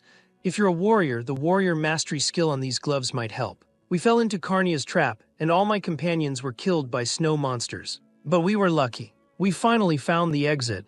But bad luck, this seems to be a special instance. You have to beat the boss to activate the exit. I drew a map of the exit on the back of this letter. I hope whoever finds this is strong enough. Please help me deliver this letter to them. After giving the adventurer a proper burial, Devo and the others finally opened the exit. He supported the injured Ralph as they slowly made their way out. But as soon as they stepped outside, they were confronted by several masked strangers. Looks like that ghost really got taken out. Only then did Devo realize what was happening. Are these more from Carnia? This time things really don't look good. The leader of the masked men struck first, saying coldly, "Don't worry, it'll be over soon." No sooner had he spoken than his men were engaged in a chaotic melee with Devo's group. In the confusion, the masked leader threw 3 knives, all of them striking Kiri in the arm, making her cry out in pain. Things were looking dire for Devo's side as well. Just as they were at the brink of death, a sudden buzzing sound filled the air, and a red flaming arrow shrieked through the wind, piercing an enemy straight through. Then a second arrow, then a third, followed in quick succession. In the blink of an eye, Elpem had taken out several of Carnia's men. This might not be the right time to say this, but I think I'm right. Devo, did you miss me? Devo managed a weak grin. Maybe you're right. Meanwhile, Ebok's side was also seeing new developments. A new powerhouse has appeared, and we still don't know who's backing him. Looks like things are about to get messy. Just then an aide rushed in. Lord Ebok, Elpem has returned. What should we do about his request? Ebok was startled at first, then replied coldly, "Kill him." The aide tried to argue, but Ebok answered coolly, "I don't have time to deal with the media right now. This has gone beyond what I expected. Do you really think he's acting alone? Just make up some excuse." Right then, Elpem had already returned to Devo's sister's house. Ralph eyed the food on the table, complaining it was too bland and tasteless. Devo snapped at him, "If you can eat, eat. If not, go hungry. If I had anywhere else to go, I wouldn't have brought you guys to my place." Kiri reminded them, "Carnia's probably heard by now. Hiding at your sister's is safest for the moment. Even if we go somewhere else, they'll find us soon anyway." At that moment, Elpem walked in from the doorway. Ralph saw Elpem and immediately wanted to settle accounts. "We're even on the captain's thing. So when are you paying me the 700,000 bonus?" Before Ralph could finish, Devo snapped, "Don't you care about your life? You're still thinking of going to Carnia for money now. Besides, you didn't beat that guy alone. While I was out risking my neck looking for the exit, you were sleeping the whole time." Kiri cut in, "Would you two stop arguing?" She went on, "I heard Elpem took out those twin assassins. So what now? Carnia will come after us soon, and not just us." Before she finished, there was a frantic knock at the door. It turned out to be Avis. "Tell the brother inside to hurry up." Apparently, he was here to clean up Elpem's mess. In fact, before entering the instance, Elpem and Avis had already made a deal. He hadn't expected Elpem to approach Carnia Guild on his own. With things going this way, he was worried for his own neck. Elpem understood the stakes perfectly, so that night he went to Avis directly. Elpem got straight to the point. "They said if I passed the test, I'd get 50 million misos. After the instance ends, all that's left is to sign the contract." No sooner had he finished than Avis snapped, "Did you just come here to show off?" Elpem replied coldly, "If you have nothing to say, I'll go." Avis was silent for a moment, then reached into his coat. "Fine, I give up. Here's 60 million misos. If it's all right, just sign." Elpem smiled in satisfaction and signed his name without hesitation. Then he got right to the point. The monster pull was Carnia's doing, and the test instance was their trap too. At least 100 people died, and they even sent assassins. Avis was stunned, so Carnia did all this to destroy the evidence. The thought made Avis burst out laughing. "Heh, Carnia, you're finished this time. Is this info enough? All I've got is my testimony. All they have to do is deny everything." Avis snorted, "Of course they'll deny it, but we can push public opinion. 100-man instance fails, all the guilds will want answers. If Carnia gets buried by public outrage, we'll have our chance. Not only can we knock Carnia out of second place, we might even erase them from Maple World entirely. Tell us everything you know, and keep quiet about the monster pull for now. Wait for the news to break for the biggest impact." Elpem answered flatly, "The Black Mage's followers have already started moving." With Avis and Rakan behind him, Elpem had no hesitation about going with Avis to Carnia Guild. Beiju, seeing Avis, asked suspiciously, "Why are you here?" Avis said he was there to apologize. "There was a misunderstanding with Elpem before. He's young and acted rashly, so he joined you guys. Actually, Elpem is Gapper's official partner. Don't make it sound like we poached him from you." Beiju, always unflappable, didn't bat an eye. "In that case, we don't need the deposit." Avis smiled back, "Of course. This made me realize the importance of talent, so we want to give the best treatment to someone like him. To keep them safe on the road, I've also brought several of our guild's best bodyguards. Of course, and that includes protecting everyone in Elpam's team. During the last instance, their performance stood out. So if anyone tries to mess with their team, they'll have to answer to our guild. Devo was stunned to hear this. 60 million misos, seriously. Kiri was shocked at the figure too, and they even gave us bodyguards. Why would Gapper do that? Ralph gave Elpam a big thumbs up. Elpam, you're amazing, your business sense is top-notch. And I can say for sure, there's no bishop like me in all of Lithport. Maybe all of Maple World. Not only can I heal, I can deal damage too. I'm a real all-rounder. And you, kid, I thought you were out cold, but you managed to level up by yourself.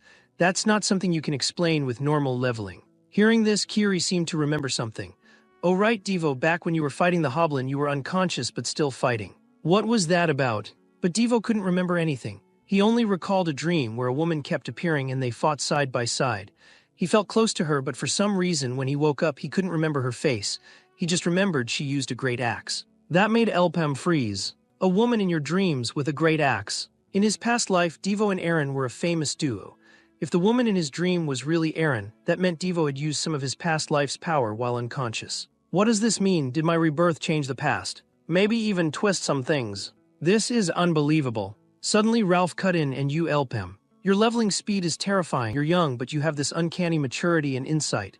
No wonder Gapper won't let you go. They're encouraging you instead. And as for healing the lady here, what should I say about you? You were Cygnus's former training captain, solid fundamentals, good judgment. But nothing that really stands out. Gapper isn't stupid. We were bait, they paid us so we'd walk right into Carnia's trap and help find the trackers. Not just anybody could do that. But me, I'll do anything for money. Just don't ask me to split my cut with dead weight. If you could get back into Cygnus, I'd be grateful. Kiri, for her part, had her own reasons and had to put up with her teammates' jibes. I thought you died in the 100-man instance. Are you back to see your master? I heard you joined an adventurer team. You're an interesting one. Maybe this is what you're really capable of. Leaving the Knights is actually the best way to honor your master. In fact, Kiri left the Knights and joined the adventurers. To complete a secret mission from her master, just report in once a week on Wednesdays. And Kiri, don't forget you're always my disciple. And always a Cygnus Knight. Kiri could only explain helplessly, I know it doesn't look great, but the followers have infiltrated the Knights. Until I have real proof, I can't go back to my master. I don't need money, just time. I'll handle the power problem myself. Elpam just smiled at that while Ralph burst out laughing. You really have no sense of people, do you? Haven't you noticed you're actually a burden here? Elpam lost his temper. With her personality, she'd just be running around chasing followers. That would only make things worse for us. And as for your strength, Ralph, you're a bit too confident. Actually, I'm not the only one disappointed in the team's strength. I sent you to the second layer because I thought you could clear it easily. But if Devo hadn't helped, you probably would have all wiped. It was just a giant ape. I've soloed one before. All three stared at him in disbelief. No way, you can't be serious. Elpam just smiled. Of course it's true. Just in my previous life. Originally, I was supposed to take care of the ape myself, but the Carnia assassin was tougher than I thought. I had to change plans on the spot.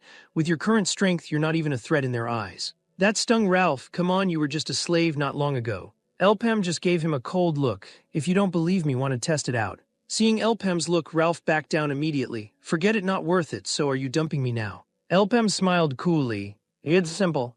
Just get stronger than you are now. The instance resets in a month. Let me train you properly. Word soon reached Ebok's side. Things are getting more complicated. How much does Gapper know? The talks fell through. Was it all just an act? An aide said there was no word from their spies. Probably only a few high-level members know the truth. Ebok fell silent. If it's just Gapper, that's not a problem. Once the day comes, taking care of them will be nothing. Our real enemy is the entire Maple World Alliance.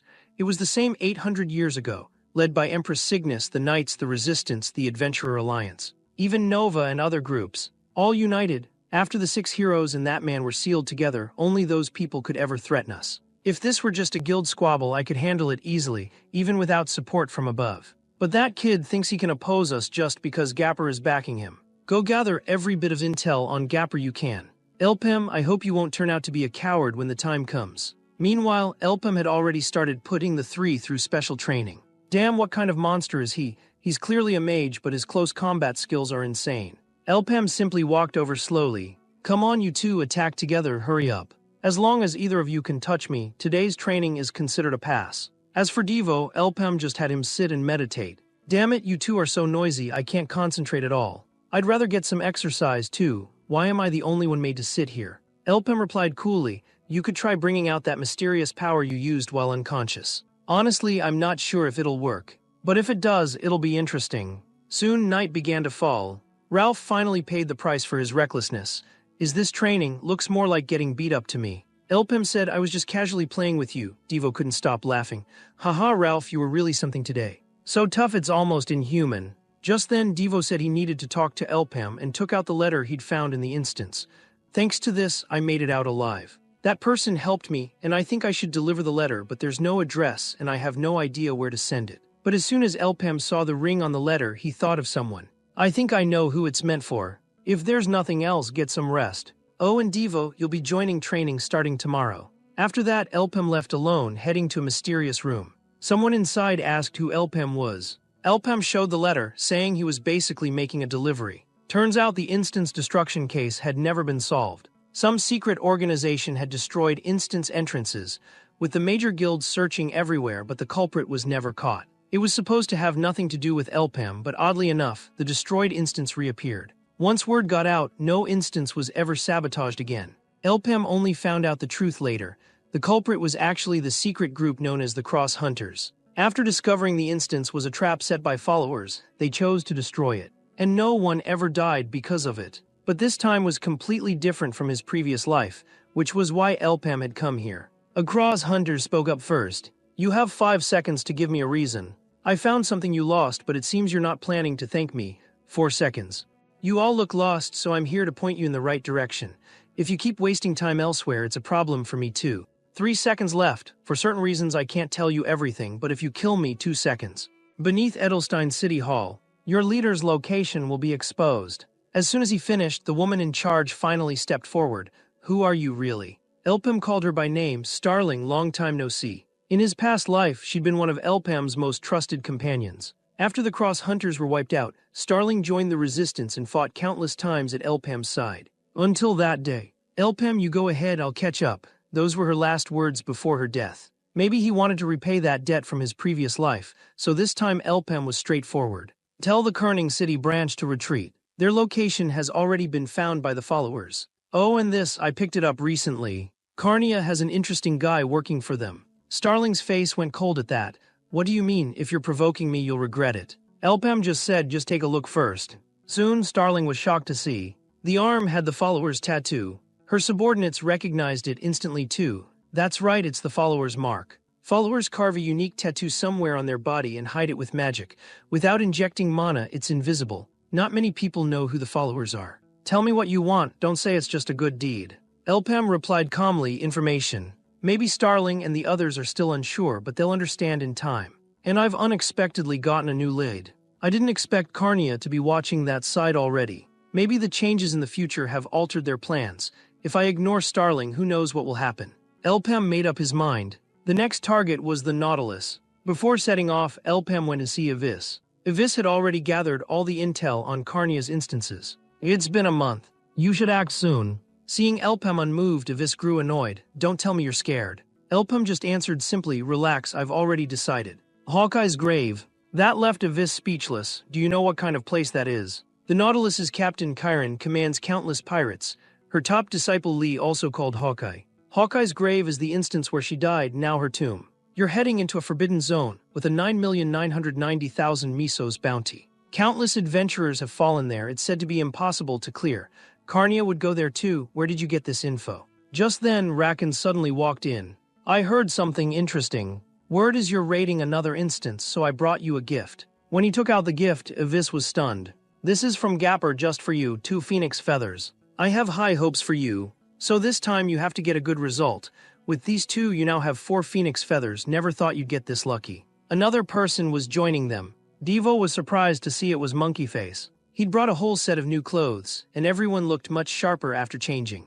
These outfits are all made from giant ape leather. Oh, Elpem, what about this one? Elpem said that one was set aside just for you. Monkey Face froze, you're kidding, right? Actually, the rules for entering the Nautilus were simple. Whoever tore off a wanted poster first got priority to enter the instance, but you had to enter the instance that matched the poster you tore. There were only two rules. Like every team, you couldn't tear off a poster someone else had already picked. It was understood. Menor had never managed to get into the Nautilus, no matter how many times she tried. Even being Lei's real sister didn't help. You dare talk back now, are you defying my orders? Hearing that, Menor started to shake. If you won't let me go, how am I supposed to avenge Lei? You know how hard I've worked. But even so, she was still rejected by the boss. So when she learned Elpam's team had torn off a wanted poster, she exploded with rage on the spot. Who do you think you are, tearing off the wanted poster? That's mine. Elpam just looked indifferent. If you really wanted it, you should have torn it off yourself. Menor was unconvinced. It's pointless anyway, you only know the surface. You don't get how this works. Nautilus wanted posters are for pirates. If you're not a pirate, you can't enter the instance.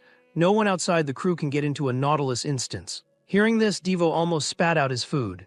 Haha, I see now, boss. Miss, looks like you'll be disappointed this time. Let me introduce us properly. We're the Iburu Pirates, and don't be so quick to argue. The one behind me, you must have heard of him. That's Iburu himself, captain of the Iburu Pirates. The fact we can board the Nautilus says it all. Just then someone cut in, that's a stretch. I'm talking about the rest, not the pirates. As soon as he showed up, Menor got excited. You're finally here, Murat. Murat said the rules are Chiron's, she makes the call. Are there only 5 of you? Elpam introduced himself, I'm Elpam.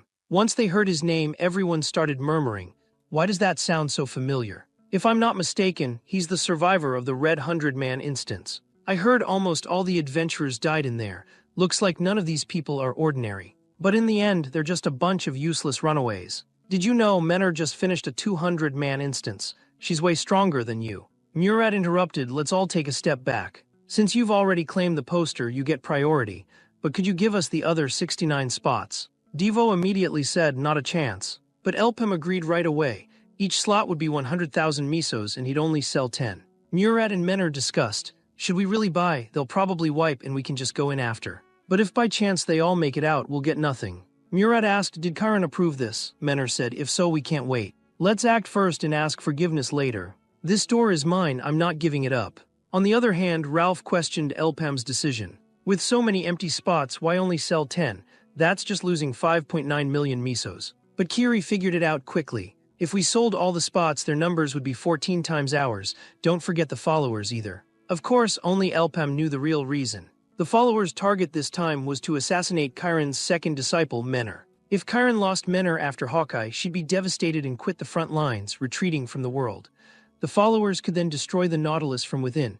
The original Nautilus incident wasn't supposed to happen for another 2 years, but now things had changed. According to the Cross Hunters, Carnia had already shifted their resources to the Nautilus, meaning the plan was ahead of schedule. To protect Menor, they had to keep the numbers down and avoid past mistakes. Mana use also had to be tightly controlled. Night soon fell. Suddenly Chiron and Murat showed up. Chiron asked seriously, I need to confirm something with you, please don't lie. Elpam, are you a black mage follower? Elpam looked shocked. How does Chiron know about the followers? Has the future changed from the start? When Elpam didn't answer, Murat's face darkened. Elpam, you hesitated. Does that mean you really are? But Elpam cut him off. I'm not a follower, I just didn't expect to hear that from you, so I got flustered. But Chiron still demanded proof. Elpam could only say helplessly, I have no way to prove I'm not, but you know in your heart I'm not. Otherwise, you wouldn't have come to me. You know who the followers are and you know my relationship to them. Otherwise, you'd have shot me already. Finally, Chiron spoke the truth. That's right, the followers are from Carnia. You're their enemy, but that doesn't make us allies. For now, we're just temporary partners. Miss Chiron, what do you want me to do? Chiron sighed, saying the situation was dire. I know the real mastermind behind Hawkeye Lei's death was the Black Mage's followers. They're hiding inside the Nautilus. Besides me and Murat, I trust no one. Elpam was startled. Things were moving even faster than he'd imagined, far beyond his expectations. Chiron also knew that the followers' current target should be Menor. With Lei gone, she'd become the idol of the ship. If the core of their pirate crew, Menor, died, the Nautilus would fall into chaos. Even if Chiron stepped in, it couldn't be quelled. So the deal this time was, in the Hawkeye instance, Elpam had to protect Menor. As payment, he could choose equipment from the Nautilus's vault. After that, everyone entered the Hawkeye instance as agreed. This time, the mood was completely different. Chilling and grim. Suddenly, a scrawny monster appeared. Devo immediately burst out laughing. This little guy actually looks pretty cute. But the next second, Devo's eyes went wide, because on the little monster's head was a giant many times its size. Sorry, little one, turns out you brought your mom. No sooner had he spoken than everyone opened fire. But the barrage of gunfire attracted all the monsters nearby, and the team had to adjust their positions. At that moment, Menor stepped forward and said, "Leave these monsters to me." But the monsters just kept coming. As Devo desperately tried to get away, Ralph strode into the monster horde and said, "You guys go ahead. I've got something to do." Only then did Devo recall what Elpem had said earlier. "You're all fighting too chaotically, every man for himself. It's way too inefficient. As a team, you need to fight together. From here on out, you're a family. Specifically, Devo, you need to charge into the monster horde and disrupt their line of sight.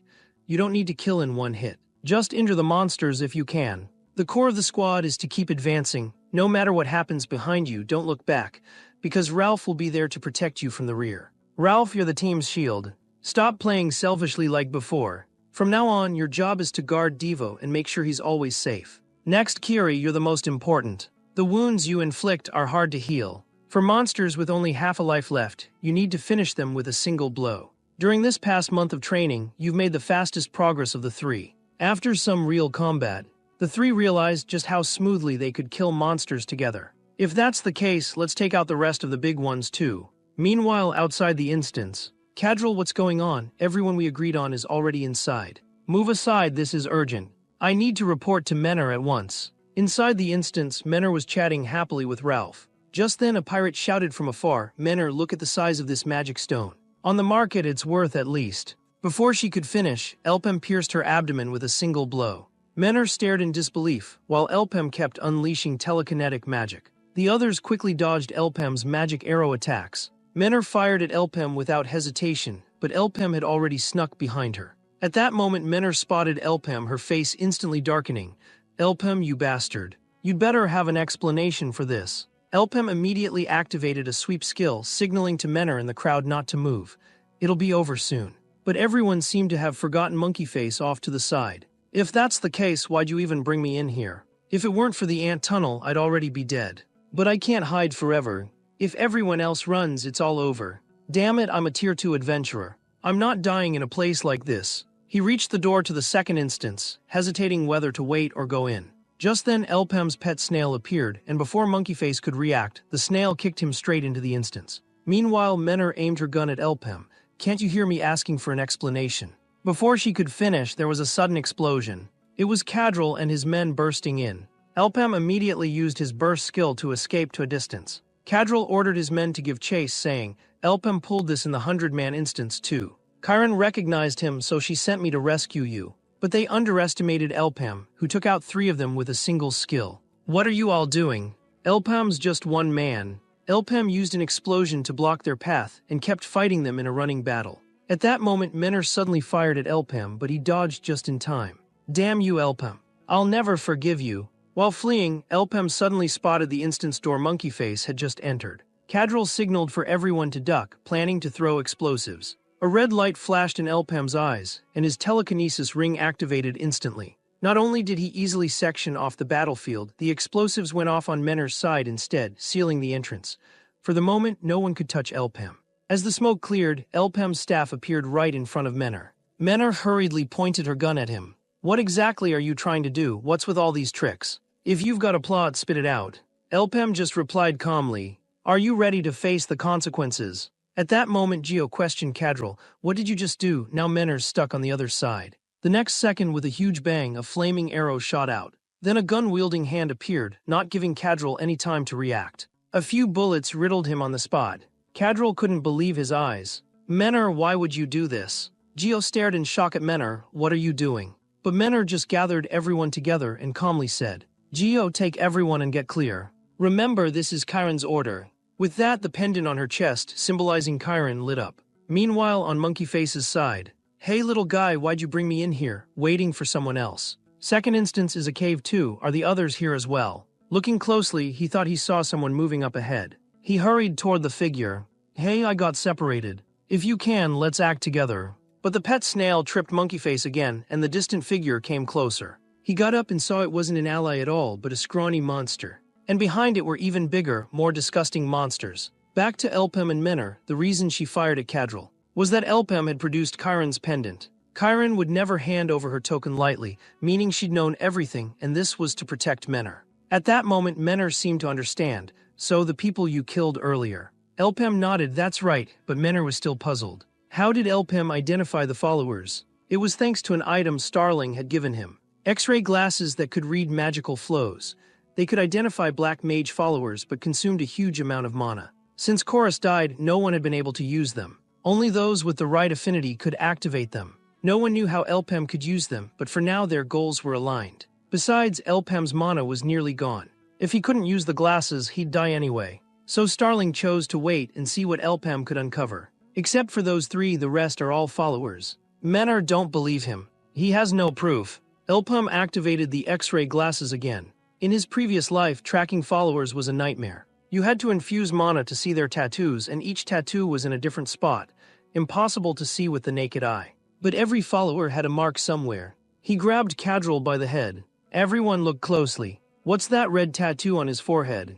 Geo looked stunned. It's really the Black Mage's mark. With their cover blown, the followers raised their guns. Damn you, Elpem, everyone. Open fire, kill them all. Geo dodged at once, then fought back. But Menor's face was cold, and she gunned down the followers without hesitation. Elpem quickly warned, tracking them down burned up too much of my mana. This isn't good for us. He glanced at the second instance nearby. Let's go in there and hide for now. But Menor couldn't tolerate betrayal. Shut up, I'll kill these traitors myself. Just then, someone suddenly rushed out.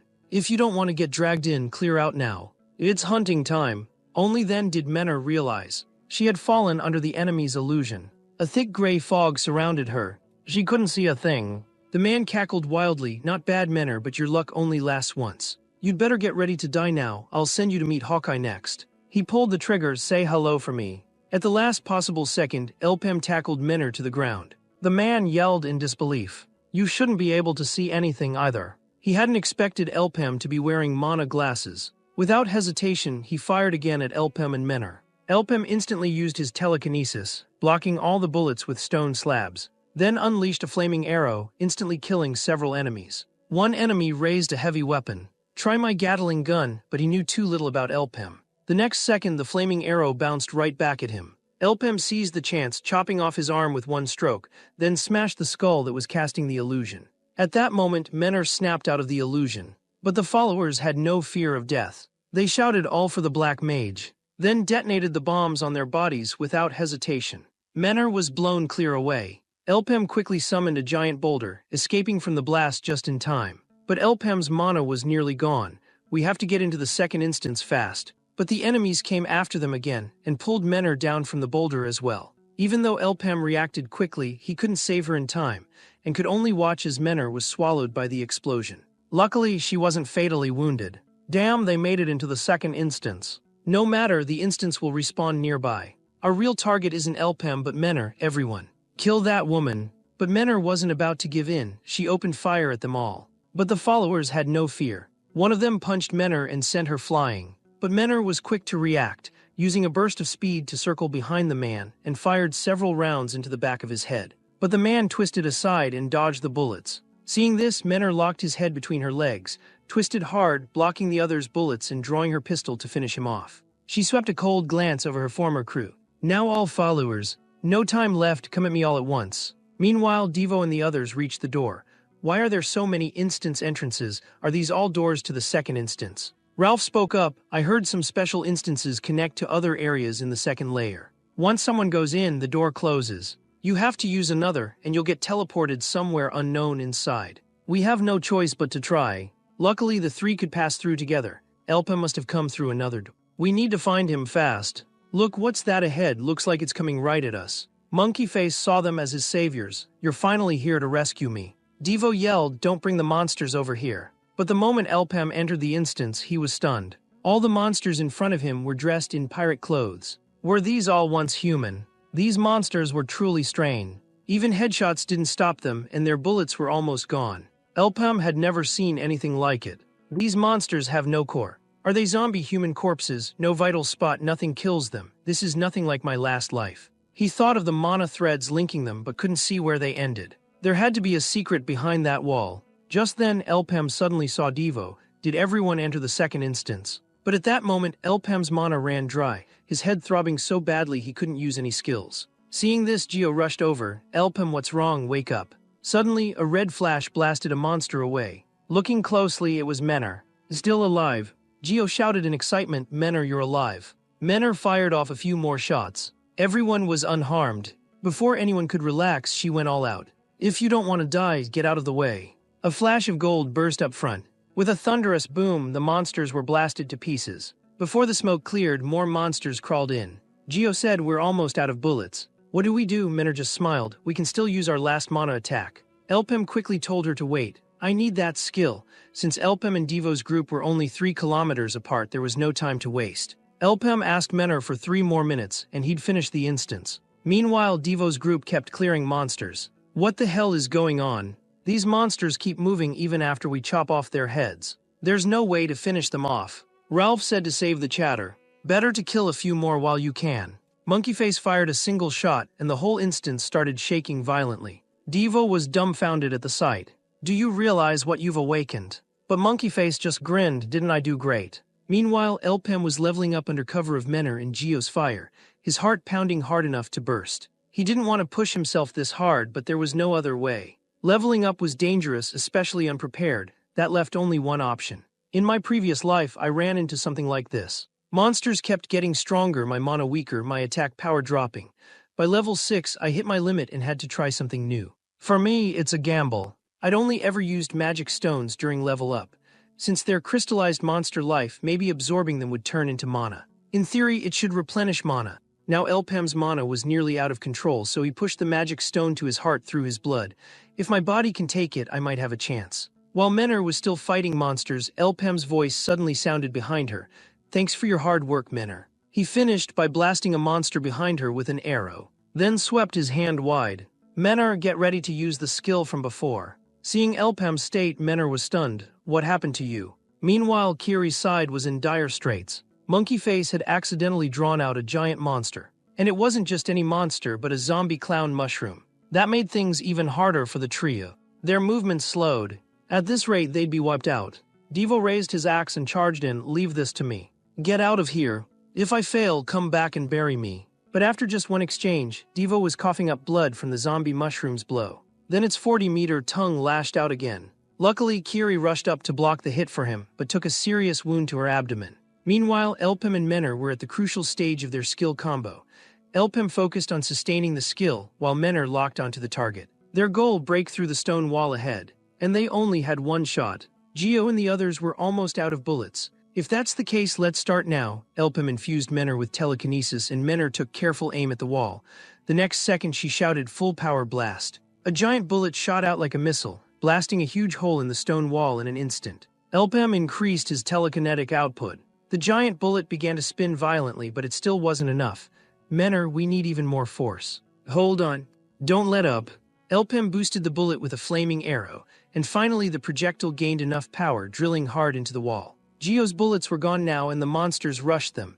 Geo told everyone to scatter. Just then, Elpem finally bored right through the stone wall. The monsters, cut off from their controller, moved like puppets. The source of all those magical threads was the necromancer commanding the undead monsters. So their real target was the controller. Just as Elpem had predicted, the moment he smashed the controller with a punch, all the monsters froze in place. Then with a squelch, they all exploded into pieces. Devo was left in shock. Monkeyface shouted with glee, we made it out alive. Elpem just smiled coolly. Instance finally cleared.